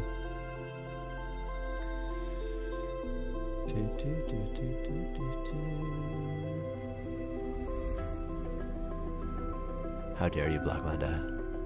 How dare you? What do you guys think would be a good endgame goal anyway? Again, what is a good endgame goal, you know? Tell you high enough to enjoy McDonald's now? It's cold now, that's the thing. So, no. I don't usually eat that much on stream. Like, if I, like, have coffee or something, I'll drink, like, a couple sips. Then I just... I think I just have ADHD or something. Like, I can eat, but I can't, like, just eat and then not, like, do other stuff. I just don't want to eat. Like, I just don't get hungry. A Dyson Sphere would be fun. But then you're just kind of trapped in one system, you know? And the whole gameplay loop is about moving everywhere, you know? Enter the Unity. What's the Unity, Muyinzo? What is the Unity? Like entering, like, you talking about Pickle Rick right now? You talking about going to the center of the galaxy? You talking about fighting the Grok right now? Do you Grok? Oh, okay. Yeah. Because it could also be something like that. But wouldn't it be nice if it was somehow related to your purpose? You know, shouldn't it somehow be related to what you're doing? You would think. Okay. This could be my workbench space. It's sort of fun. I think it's too tiny though for a crafting. I don't think this will fit anywhere in here. Unfortunately. That's a bummer. I need a place. What is this doing? Why is this like this? I'll put it right here. Bulky floor. Is this many? Plus wall. Do. Gear crafting. Like that. Like that. Do.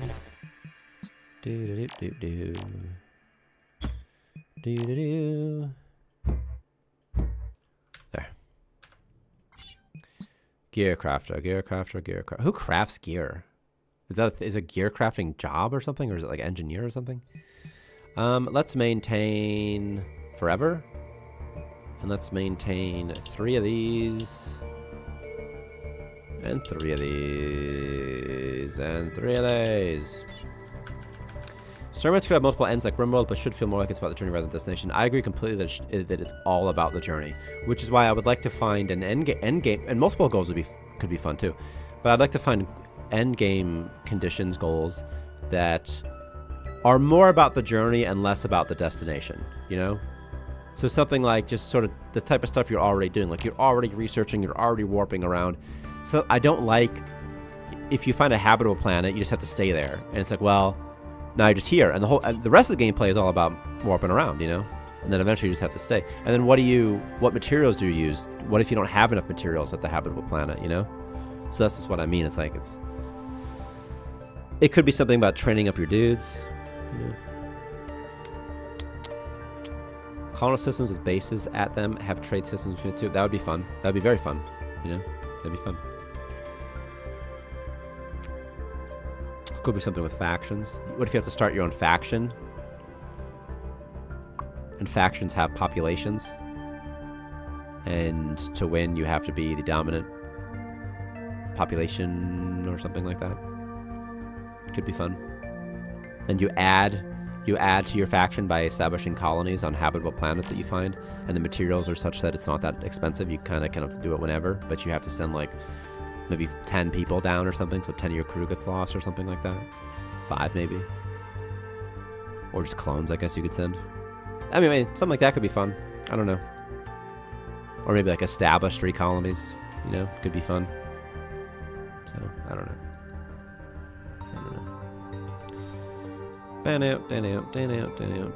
A stopping station does sound fun, maybe passive income. Right. And you're kind of going around, so you click on a planet, and you're like, hey, like, establish, you know, be a button, it'll say like create colony, and then you'd have to. You need food, you know, and you would need enough supplies like medicine, food, bullets or something. I don't know, seeds. You need seeds, you know, and then you have to send a couple people, so you gotta lose like 3 people maybe.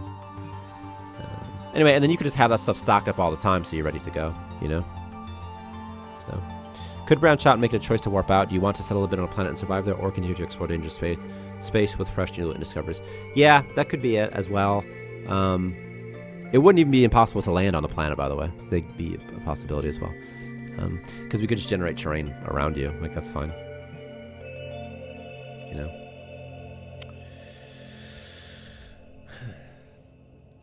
I don't. It could be fun to manage multiple stations, but I don't. From the back end perspective, it might be difficult to implement that. If it's managing it the way you manage this one, you know what I mean? If it's like in a screen, you manage it in a screen, that's pretty easy. I think I have C4, so Loknar, you're gonna kill a whale. Sending fighter ships to go on piracy out protecting would be fun. Also, so Steel Soldier says maybe different threats to the colony's incoming raid, and you needed to defend it if you don't have adequate defenses. So maybe that could be implemented by using like a starfighter type situation. So so instead of warping back, like, oh, I got to warp to you and I appear. Maybe instead you can just sort of send stuff their way, like attack drones or something. Maybe. Loknar so funny today. It might be difficult to implement. Sounds like I don't want to work. I think you're right.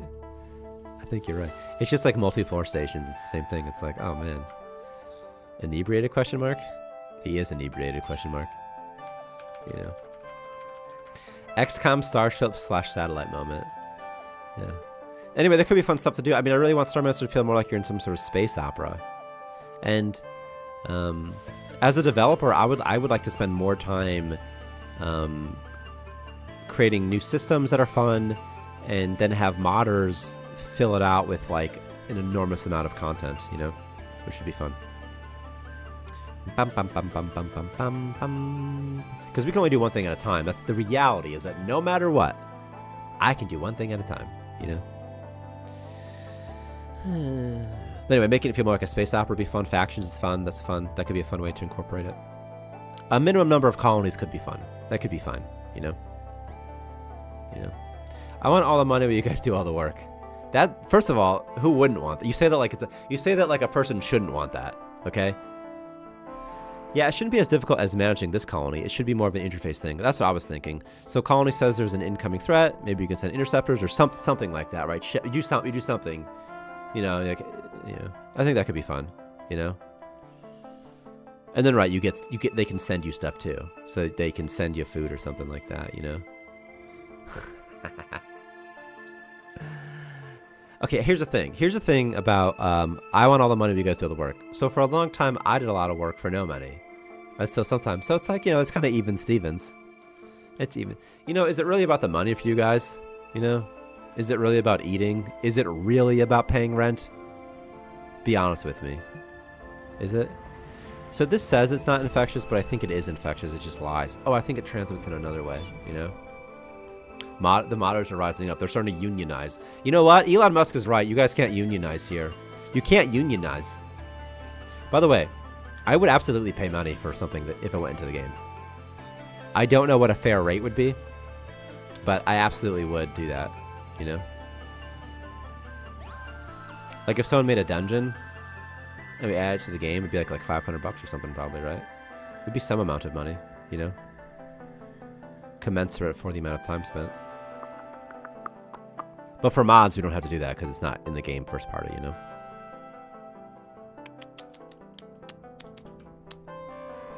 Also, if anybody wants to make content, we could probably pay you to make content, by the way.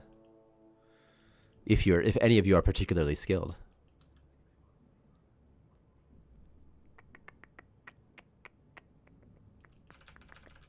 But mods are fun because modders can add, you know. I know you guys are being a little bit silly, but mods are fun because people can add just niche things, just their own personal weird things, you know? Yeah, I'm currently working on a project and I'm being paid per hour, so I definitely agree. Someone does something that adds value to the game, then do it. Yeah. Like if we add to the game first party, absolutely give money for it. Like, absolutely, you know? Maybe not as much money as it's worth. Like, if you make a dungeon and you spent 20 hours, well, it depends how long you spent on it, right? But, you know, but paying something, not paying nothing, you know? But, like, you know, if you work really hard on a mod and we don't add it to the game, because most we wouldn't add to the game, that there's a risk there. So it's like you're not doing it for the money, but it's just nice that if the devs do like your work and do use your work, you should be, it's fair that you're compensated for it, you know? I just heard anything you want to tell me before I got confused? Yeah, this is Space Haven. That's really gonna confuse you, actually.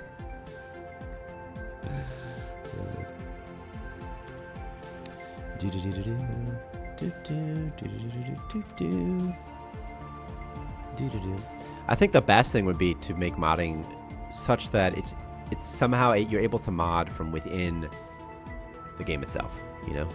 That would be fun. This is Starfield with an integrated graphics card. Some of the graphics settings are pretty low. You see them having issues with lighting and stuff like that.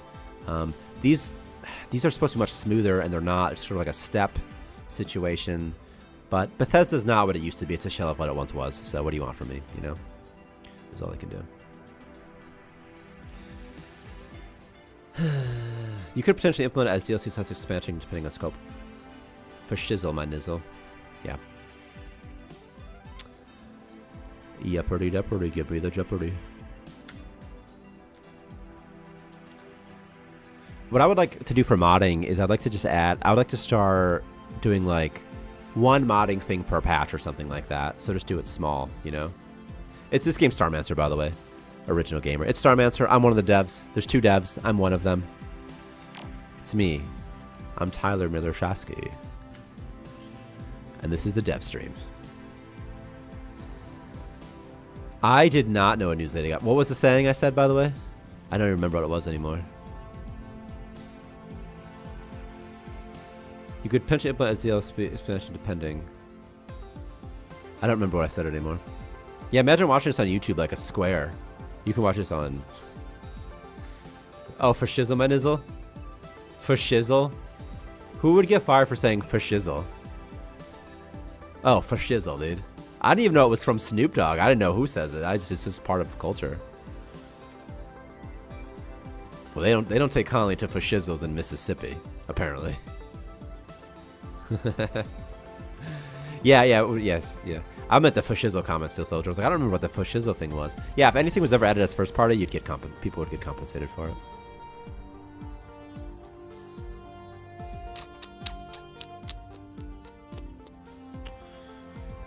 The nizzle? We don't like the nizzle.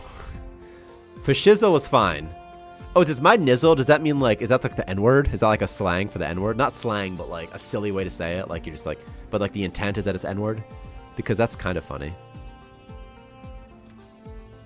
Okay, let's demonstrate the no-go zones real quick. I'm gonna put one around my penis. Right there, boom. Okay, go over here. Make it just a bit wider. And we're done. I did not know nizzle was the N-word.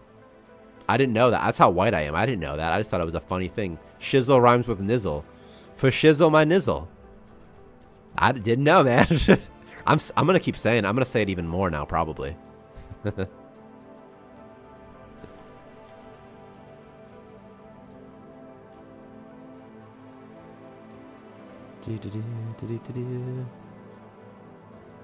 I also like Hogwarts Legacy, right?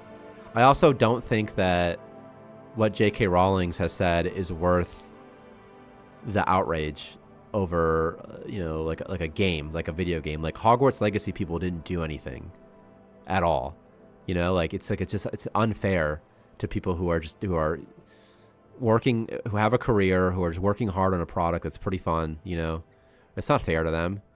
You know, it's just being mad to be mad. It's almost like there's a sense where it's like, you know how people say like, don't hate the Russian people, you should, but maybe dislike the government, or just like, hey, don't hate the Americans, but it's okay to hate the government. It's kind of like that. Like, don't hate on these people who are just the citizens of Harry Potter. You know what I mean? Just because J.K. Rowling did something, it's like, oh my gosh, you know. And it seems to be what she's mostly done is just be a bit stubborn. You know, I'm not I'm not down this rabbit hole. I really am not down this rabbit hole, but, you know, That, I'm gonna get canceled. Do no-go zones can overlap with warp zones? They can, yeah. They're a completely separate thing. So you can have a warp zone in your base if you want, and then they have a different cursor as well for placing and deleting. So you can put them wherever you want. Did you know the U.S. government has put forward a plan to control every aspect of the internet through the FCC? I would absolutely believe that. I would believe that completely. So, you know. This is why kind of like competitions some games have where the community has come up with something, so it could be a monster dungeon, maybe an item, and the winner gets put in the game. Like me discovering the Abyssal Eye. Yeah, exactly. Exactly. By the way, the Abyssal Eye portal is a little bit better now because it only has 1,000 power. This is that. By the way, this is that Steel Soldier. The Abyss stares back at you. Yeah. It's not free anymore in this newest patch that's on testing. It's only 10,000 power. You know? So. But yeah, there's like this aspect. I mean, there were people I would talk to that I would have to talk to professionally, and that would even make little comments about J.K. Rowling, and it's like, dude, like, why do you care that much? Like, ooh, like, oof, and it's like, dude, like,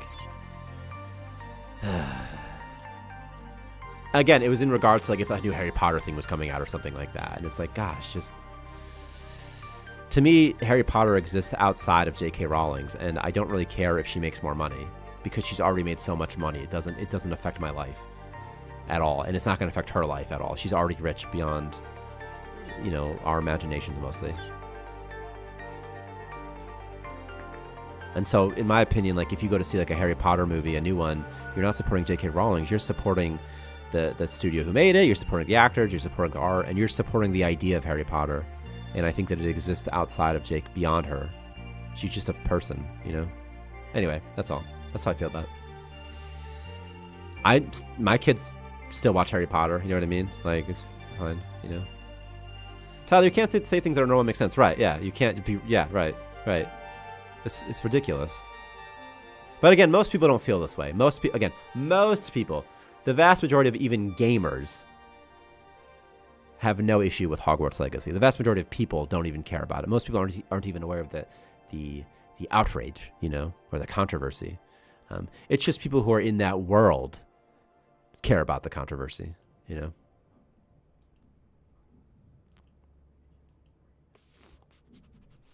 Do do do do do do do. But the thing is, like, most people don't hang out on Reddit and complain and sort of talk with strangers in sort of like an anonymous way and complain about things. Most people don't do that, you know. Most people don't go on Twitter and be weird, and if they do, they're probably young, you know. So.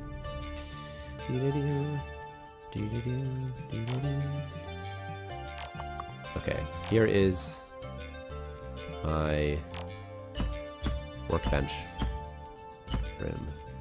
And I need to put a light in here. I need a light. And also, I need some cosmetics. So I should do that. So let's do a fancy painting. Okay. I think most people don't give a crap. They just want to live their lives. Yeah, I think so too. I know people who don't watch Attack on Titan because suppose it puts fascist ideals. I'm like, what? Yeah, same thing. It's like, hey man, like, it's art. And it's made by a lot of different people with a lot of different opinions on things. And like, okay, like with J.K. Rowling, I don't care too much about what she did, but from what I understand, it wasn't anything especially egregious. It wasn't anything especially offensive. It was a lot of things like, she was what, a TERF? A trans exclusionary radical feminist? It's a lot of that type of stuff where it's like, okay, you know, she's got a point. You know, you might not agree with her, but like, okay, she's got a point. Just like people who say that, you know, maybe a school shouldn't be teaching their children something. You know, shouldn't be teaching their children about evolution. Like, oh, okay, well, they do have a point. They have a point. I mean, I don't agree with their point, but their point is that, is he going to die like this? Oh my God, you're going to die because you're standing in the door. Oh my God. Is there oxygen? Can you breathe? Okay, she's still alive. Okay. I got distracted for a second. But it's like, okay, you have a point. Like, if you have a religious belief, like, you know, maybe you should have some say in, you know, what your kids are taught about. Okay, fine. Even though I think evolution is real, fine. Okay. You do have a point. So I think that similarly, turfs have some point. They have a point, you know. So, you know. Could we get no-go zones to work with permission tabs and colors? Yeah, Blacklander. Actually, I was going to say that sentence, and I just forgot to because a bunch of other stuff came up. But I was thinking of doing something with colors and giving people permissions like red permission, yellow permission, green permission, blue permission, white permission. I was thinking of doing that and then having a very easy way of having permission control. I was thinking of doing that, you know? I think that's a good idea. I think that'd be fun, you know?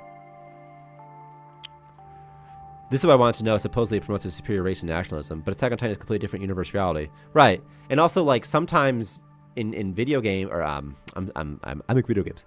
Sometimes in media, in art and movies and stories, you need to make a society that's a bit simpler just to tell the story, you know? That's it, right? I don't think evolution or creationism is real. See, that's where we're different.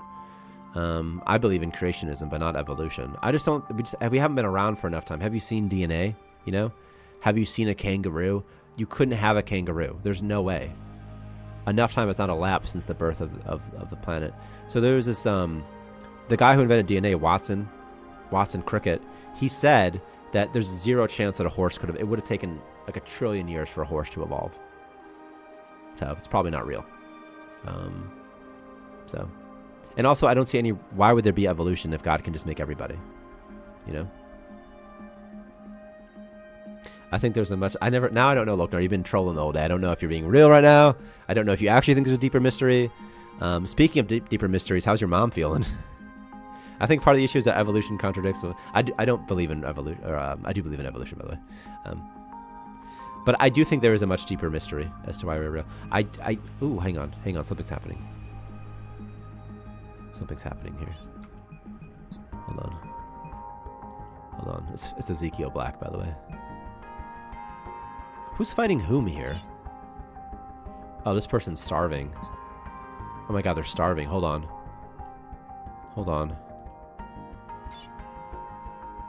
You know, Ezekiel Black, teach him a lesson. Teach this person a lesson, Ezekiel Black. We're not going to let this stand. Knock his ass out.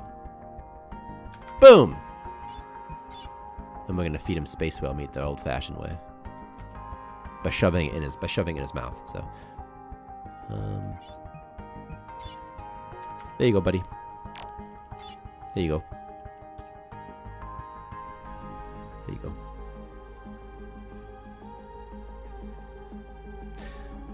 If your mom was actually dead, that does suck, by the way. That really does suck. And I'll stop saying that your mom had a good cooter.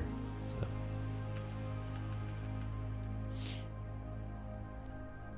But there's also the argument where you can't have scientific data conflict with religious beliefs. Yeah. I like to say I'm not religious, but I'm spiritual. And then I'll actually respond with, I'm not honest, but you're interesting. You know? Sometimes I believe in weird things too, like the ability to communicate with people non-verbally. Are you stuck, Ezekiel Black, and you can't move? Or something? What is that? So like telepathy. I do believe in some weird things. Weird enough that I don't want to talk about them. But seriously, though. Like making a certain zone a place where you can rest and relax on. I think that's a great idea, too, zones. I have a bunch of zone ideas, actually. Would you like to hear them? I'm opening it now. It's coming in one of the patches. This is just a polished patch, but there are a lot of zones I would like to add. And I'm loading it up now, looking for zones. Which are somewhere. Zones. Explore zones, harvest zones. Colonists harvest all materials. Patrol zone. Colonists will wander in this area during work time. Free time zone. Colonists wander here during non-working time. Quarantine zone. Colonists go here when sick. And corpse zone. Corpses go here. So some zone ideas, you know.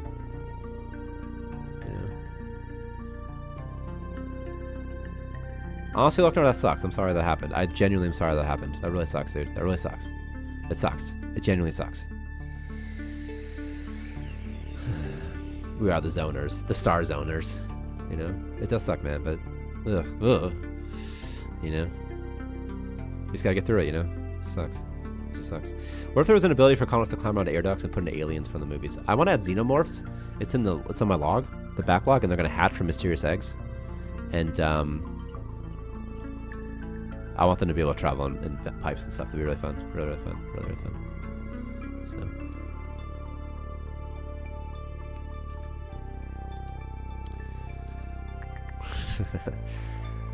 Sorry. I was like, sorry if your mom really died. I'll stop talking about her cooter. Okay. I'm about ready to leave this place, huh? Is there like more whale meat?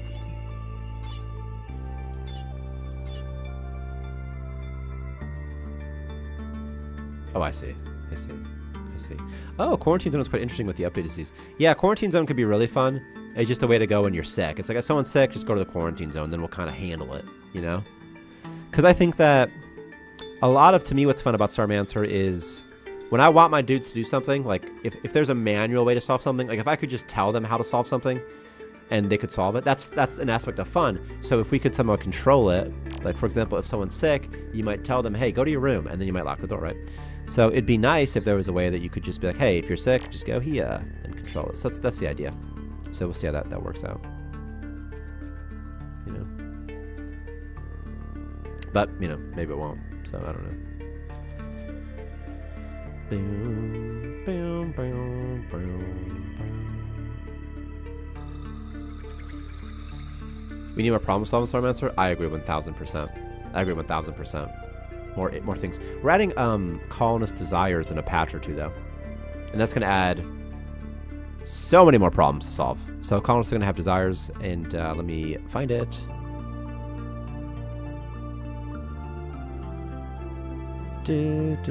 Also, control starting will be fun too. Randomized starts will be fun, but do colonist desires, which include things like, oh, I have it written somewhere else. Never mind. Okay, well, spirituality and having their own bedrooms. Suggestion: sanitizers. What blows me away is that all of us living right now came from our father's penis. Yeah.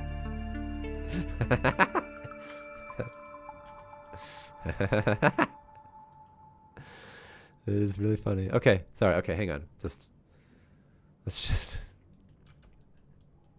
Okay. And the balls too, you know. Suggestion: sanitizers should allow for you to spray immune boosters. That is actually $1 million idea, Blacklander. Sanitizers should spray immune boosters in AoE. $1 million idea from Blacklander. Landa. XD. Add in description? That's a really good idea. That's perfect because we always needed some way to incorporate immune boosters. Yeah. Oh yeah, can you make it so that healing also means it calls automatically use the medkit station, the healing booth? Yeah, they should do that. They should absolutely do that. Yeah. Yeah. Colonists should automatically use healing booth when hurt.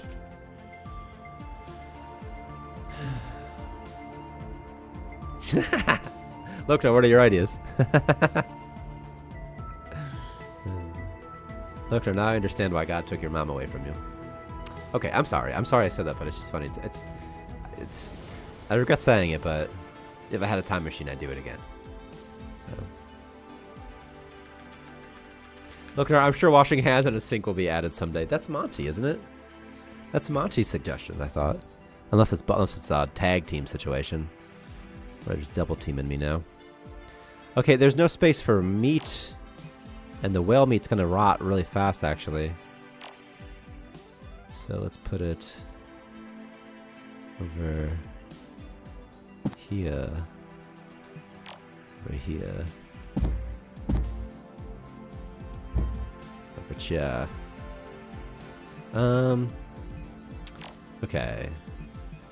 Okay. Okay.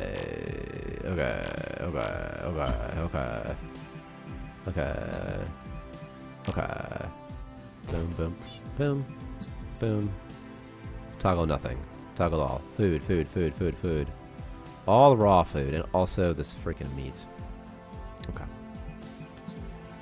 Okay. How does this work if there's 2 exclusives? How does this work? How does this game work? I can't have 2 exclusive storage zones?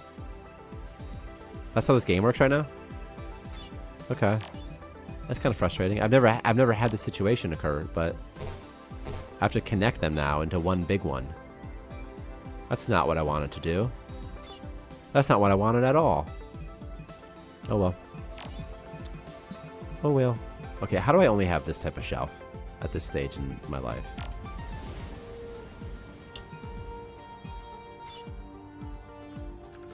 Is radiation in the game in some form? Not really. Not really. Not to the degree that I wish it was. Some stars are radioactive, and food that's outside will decay, but I wouldn't say that's in the game. You know what I mean?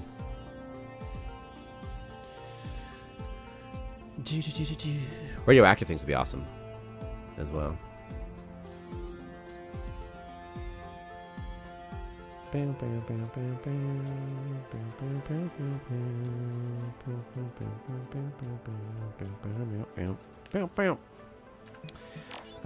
Window.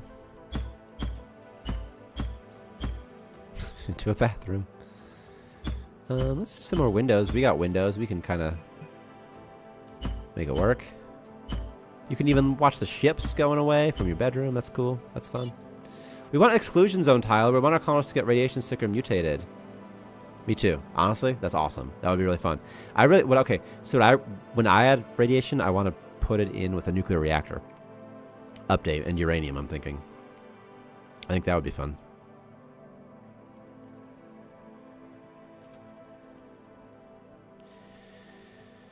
This is such a weird station. It's kind of fun though. Just kind of everything's just sort of everywhere. Hell yeah, let's make this stalker, dude. Honestly, that would be great. Well, another reason I was thinking it'd be fun to have kids is that you have radiation, you have all sorts of things that happen. A reason I don't want to have kids is it's very controversial. Another reason I do want to have kids is that it's very controversial, good exposure, you know. But radiation and mutations is really fun. Always, always so fun.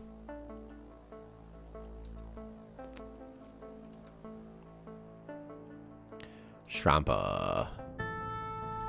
Don't threaten us with a good time. I'll instantly make it a goal to blow up a nuclear reactor in my station. That'll be so fun, right? Because I was thinking you can't build one, but you can find them, and then you can just, you know, you can claim it, you know.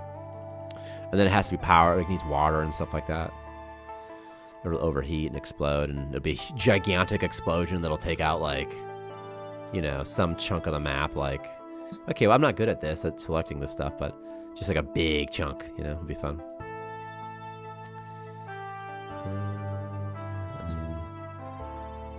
Okay.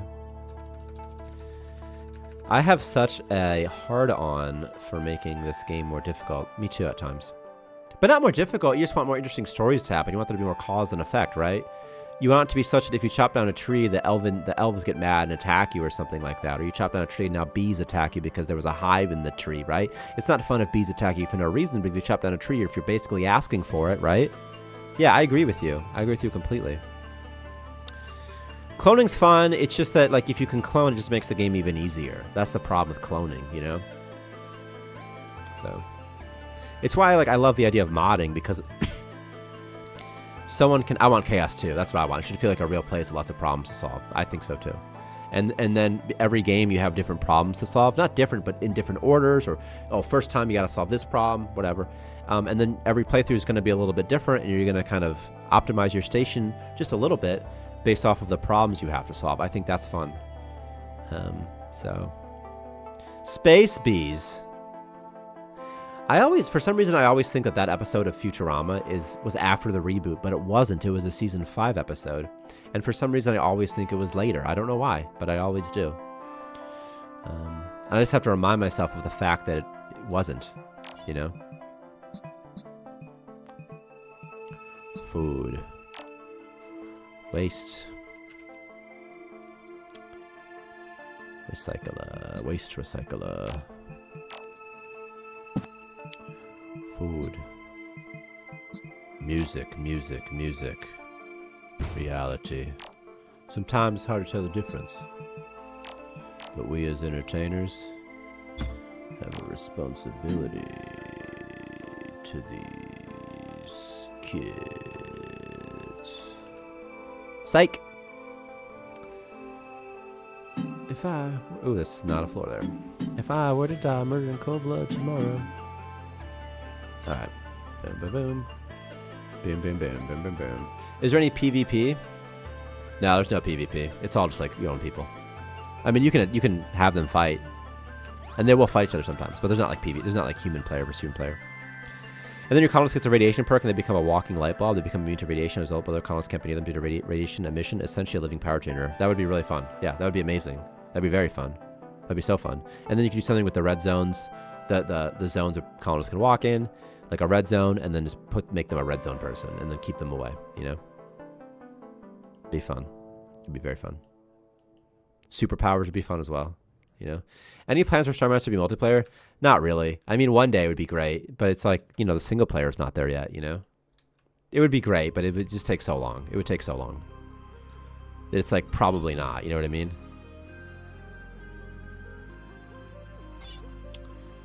Sadie is on free time. Blacklander is on sleep shift.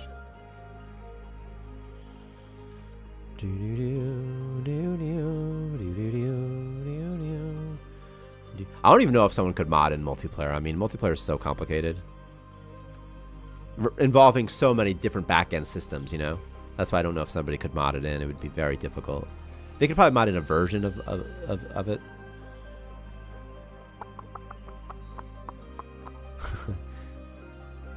Someone modded in Rimworld multiplayer. I mean, yes. I mean, I bet that it's buggy.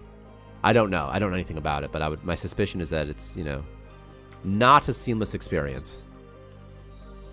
But I could be wrong. It could be a completely seamless experience, and I could be wronger than anyone's ever been wrong before. You know. Let's put storage zones here, and delete the storage zone here. I'll also move this beef out of the way.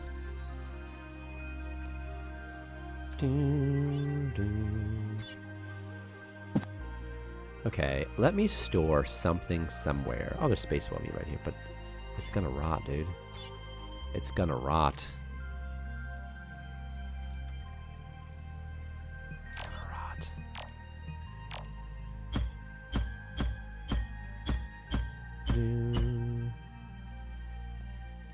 Radiated human defending colony with radiation area of effect. Enemies and aliens walk towards them and they die because their DNA gets destroyed. Yeah, it'd be so sweet. It'd be really fun. It'd be really, really fun. And then there's got to be a couple other types of effects too, probably, right? Because they don't always get to, you know, get the, but then again, that superpower one isn't that much of a superpower. There's a big cost to it. And then having to adapt to that is fun as well. You know, it's like, oh man, I got a guy who's got to be by himself, so, you know, I can't do what I used to do.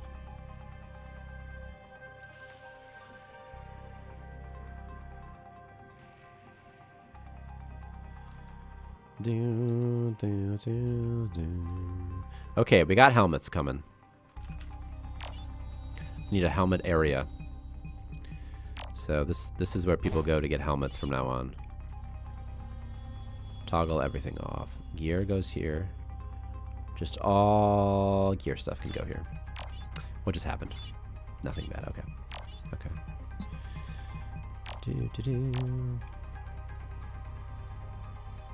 Just one big shelf here. Whatever. That's fine. Okay, I need shelves. I need shelves. Shelves. Big shelf. Big shelf. This is not a big enough storage zone, is it? That's okay. These things happen. Uh-oh, Mary Henson contracted a virus.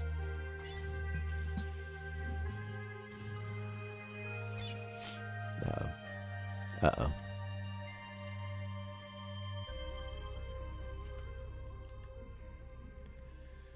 This color infection getting everybody.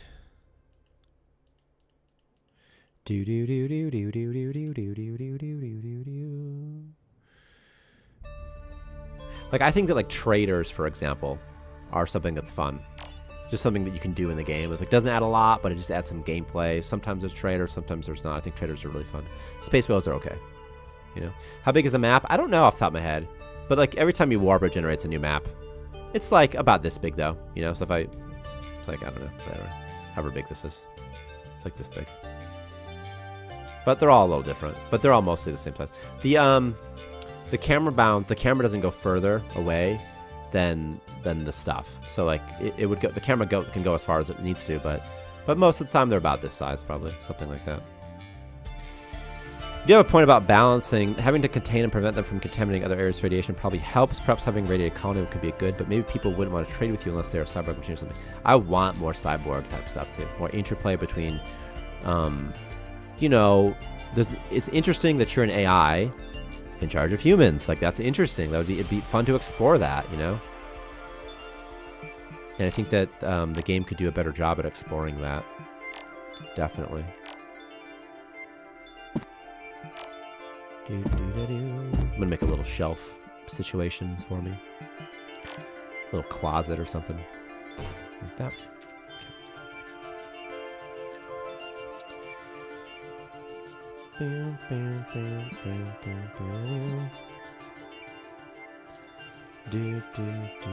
Social penalties, yeah, are good as well. So like if traders won't trade with you, for example, right? Factions won't do faction stuff with you. These people are going to probably die. But maybe not. Maybe they won't die if they can get this going quick enough. They won't die. That's fine. A-okay. I should have made this one wider, but I did not, so okay. So this is sort of what we're gonna get out of this. Can you make Starmancer an RTS so I can Cuddler Rush Loknar? Kind of, yeah. Would be fun, actually.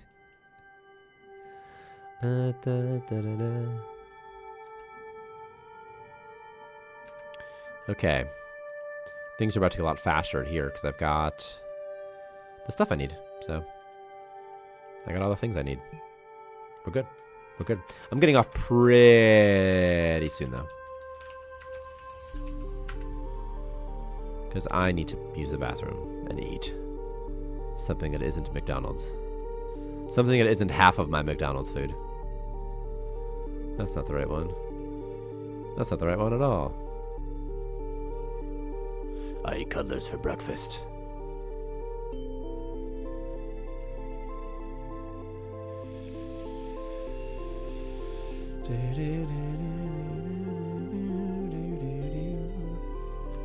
Okay.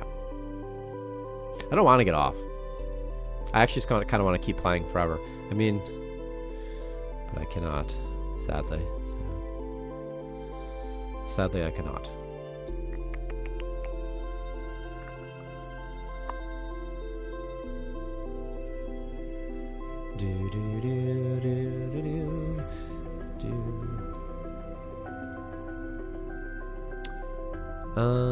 Okay, well, I should have... How does it say they have no poopy? Did I forget to connect it with liquid pipes? Is this not connected? I mean, it should be connected. Oh my gosh, it's not. Okay. Okay. Do I have a fuel tank? I do not have a fuel tank. I do need a fuel tank then also. Fuel, fuel, fuel. Fuel. Also, this thing... My chem table needs the pipes, and it does. Let's maintain 10 fuel. And... Okay. Also, let's maintain, if we can... 200 of these.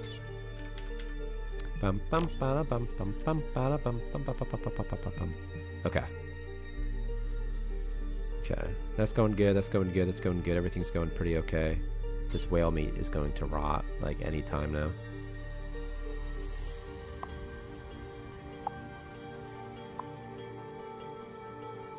But I just have so much of it. I have so much. I mean, it's like I just hunted a deer or something, you know, I just have so much, you know? Thousands of scrap. Well, soon. I'll soon have thousands of scrap. I might be able to leave now, actually. I'll leave behind 40 objects. Does this count as an object? Okay. That's frustrating. So what if we called it instead? I don't want a new terrain layer, man. This is a no-go. Zone entity. So if we just say suppress, I'll let you see it. If we say suppress warp removal warning, we won't have to see this anymore. But where is the colonist, though? And I still have enough, so okay. Somebody is out there. Who is it? It's you. It's Sadie. It's Sadie. It's Sadie. Okay. Let's go somewhere. I don't know. I don't even know what I need. Hey, what's up, Notch the Wolf?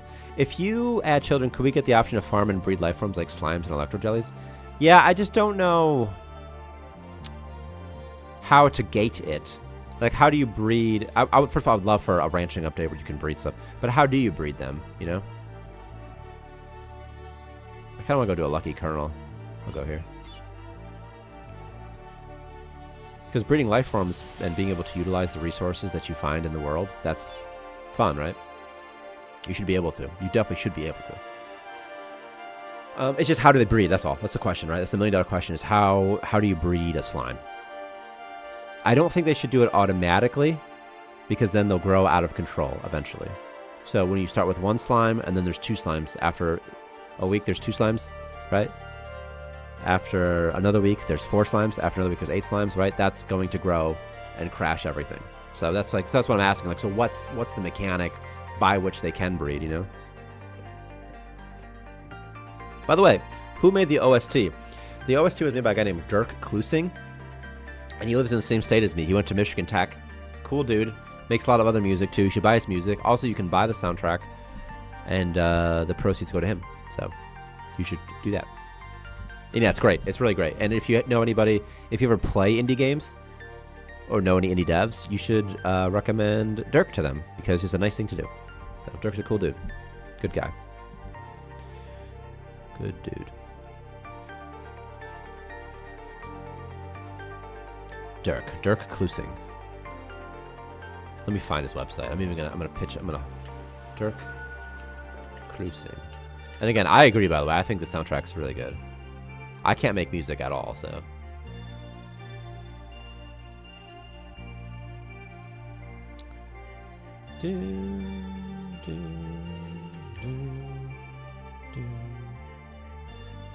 Of course, he might not even make music anymore. Let me find his website if it still exists. Well, he's still here. He's still here. Boom. I think we need more sound effects real bad. I mean, we really need sound effects. If anybody knows how to make sound effects and would like to make sound effects and can make sound effects, like, absolutely, we would pay for that. So.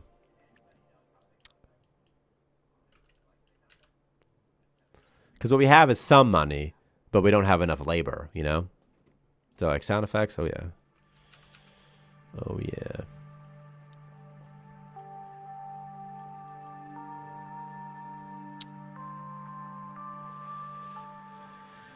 Making sound effects is easier. Just hit a watermelon with a 2x4. I'm already doing that. That's a good point. That's already my lifestyle. So not really too crazy. It's funny that the electro jellies don't ignore the no-go zones. It's not funny. I mean, it's funny. It's, of course, but is he eating? He's just draining this thing direct? Oh, okay. Don't go there, you son of a bitch. No go. No go, no go, no go, no go. Just the whole thing, just a big no-go. Just don't go here at all. No one go here. Is there a trader here? Oh, there's not. I thought there was. I wasn't paying attention.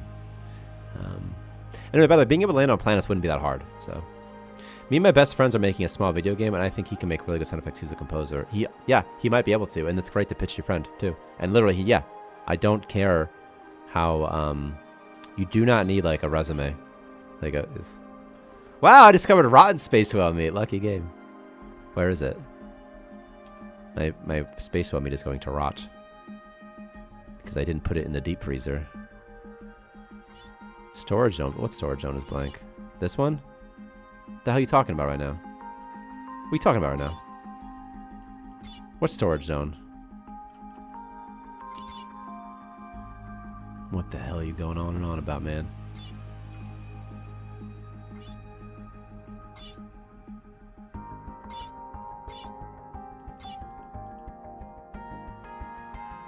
Hold on real quick.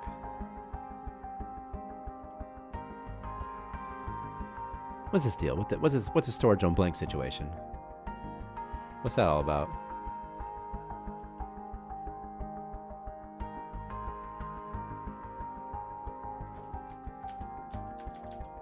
Okay.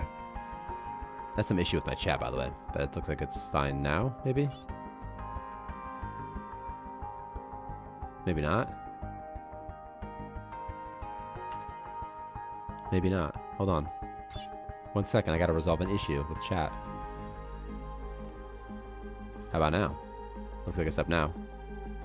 Weird. Weird. Okay. Okay, what is this bug about a storage on blank? That's what got removed on warp at some point. But what storage zone is blank? None of these are blank. It just doesn't have the correct position. So now when I click it, it doesn't go to the place that it's supposed to go to.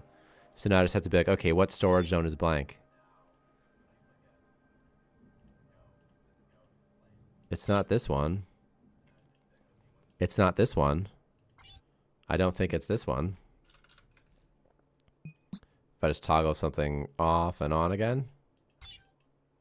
Maybe the error is not correct. Does it have something to do with when I warped? Maybe.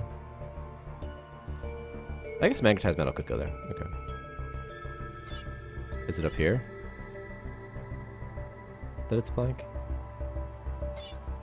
I don't know, that's frustrating, right? That's just a frustrating little thing that's here. Okay. Okay. Bam, bam, bam, bam.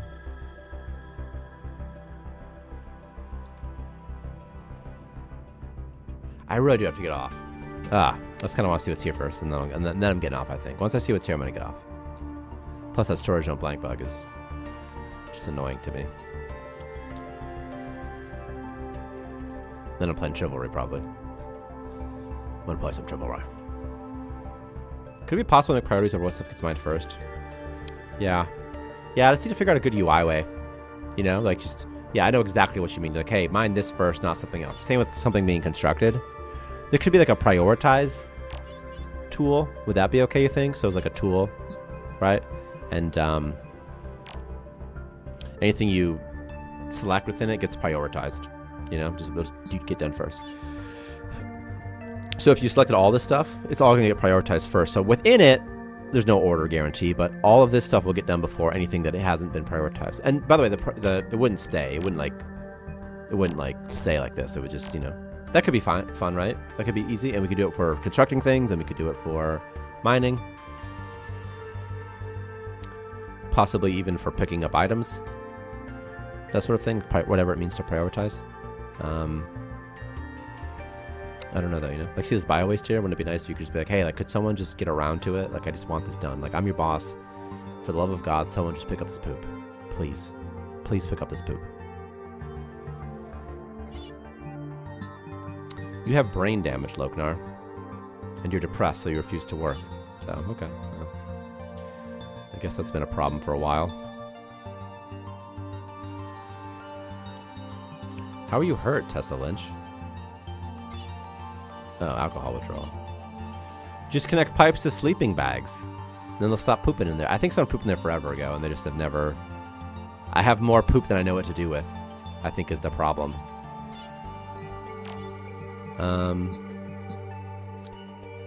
It's like, I could make another waste recycler, I guess. Like, I can afford it. It's like, no problem. So, I'll just make another one. Just make even more poopy. I do need... a warp zone here, though, so that this doesn't get destroyed. Forever. Forever and ever. You'll be in my heart. Okay. Incinerate or store it in a pile. The incinerator could be expanded a lot for destroying things, you know?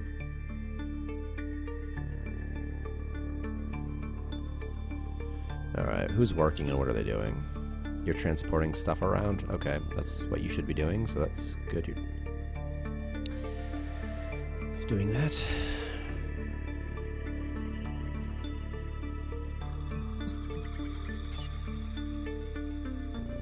With breeding slimes, I think some sort of energy source you have to produce in order to have them create more slimes would be a solution. Yes, perhaps like a battery, and once they have a certain amount of energy, they release the excess energy by dividing themselves. Yeah, like maybe they have to eat something that... Like, okay, like here's an example. Maybe slimes have to eat... Maybe there's something called slime food. And when slimes eat slime food, they can breed. And it's going to naturally sort of balance itself, because if you have too many slimes, they'll eat all the food. No more slime breeding. So something like that could even be fine because it just sort of self-regulates and can't stumble out of control too much.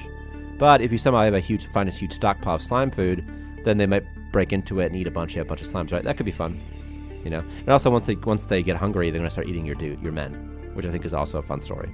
So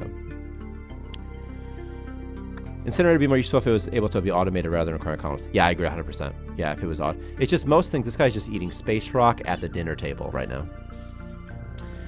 But I think he's... But, I agree. So, yeah. Yeah, steel soldiers, they could eat themselves. Sort of solves itself a little bit. Sort of fun. Cannibalize. But I think it's more fun if maybe they should. And maybe they should. And maybe that's fine.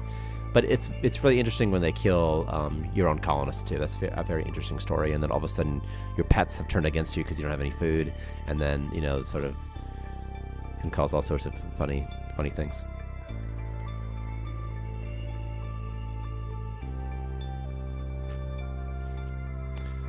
Bum, bum, bum, bum, bum.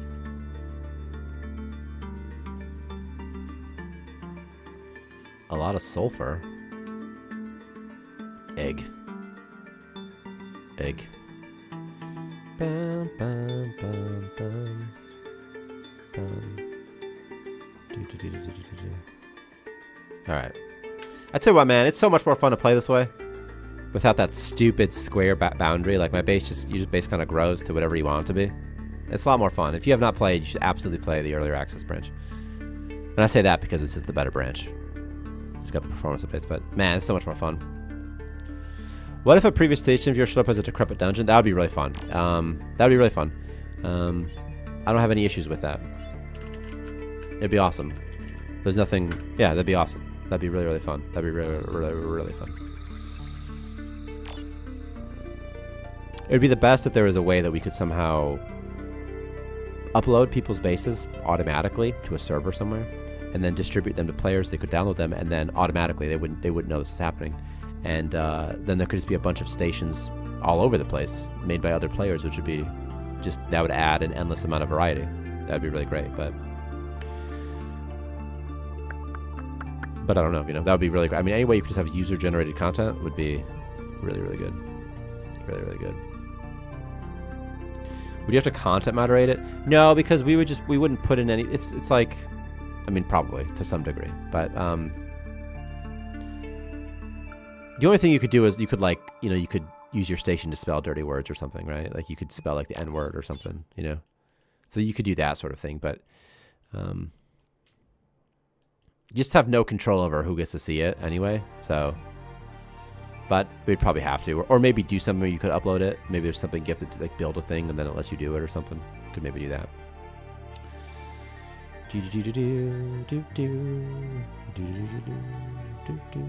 By the way, defeating a rogue AI sounds awesome. We talked about having Starmancer cores before in the stations. They should be inhabited by other Starmancers because you are just one of many thousands of ships that left. And that would be really fun. And you have to extract the core. That could be really, really fun. It could be an endgame material that you need. Perhaps to build a colony or something like that. You know what I mean? A subordinate Starmancer, right, is what you need or something like that to manage your colony. That could be fun, right? A lot of fun stuff there, too. Okay. It does look pretty, though.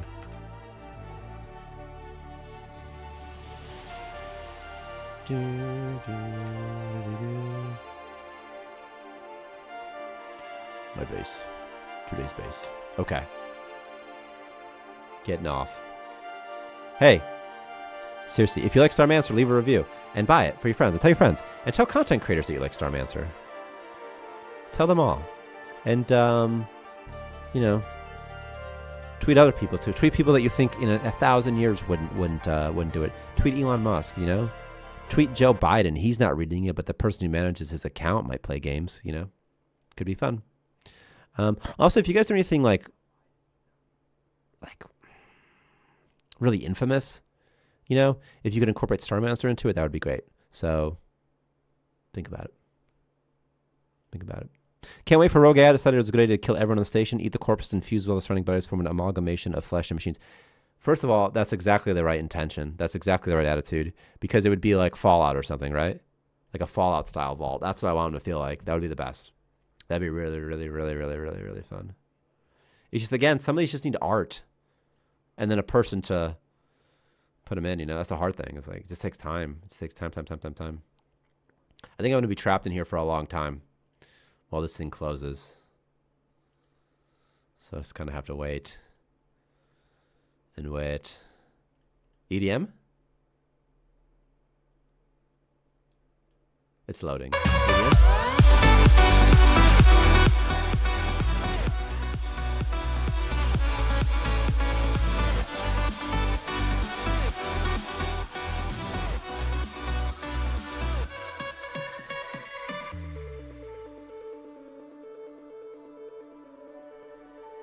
This star map is such a lie.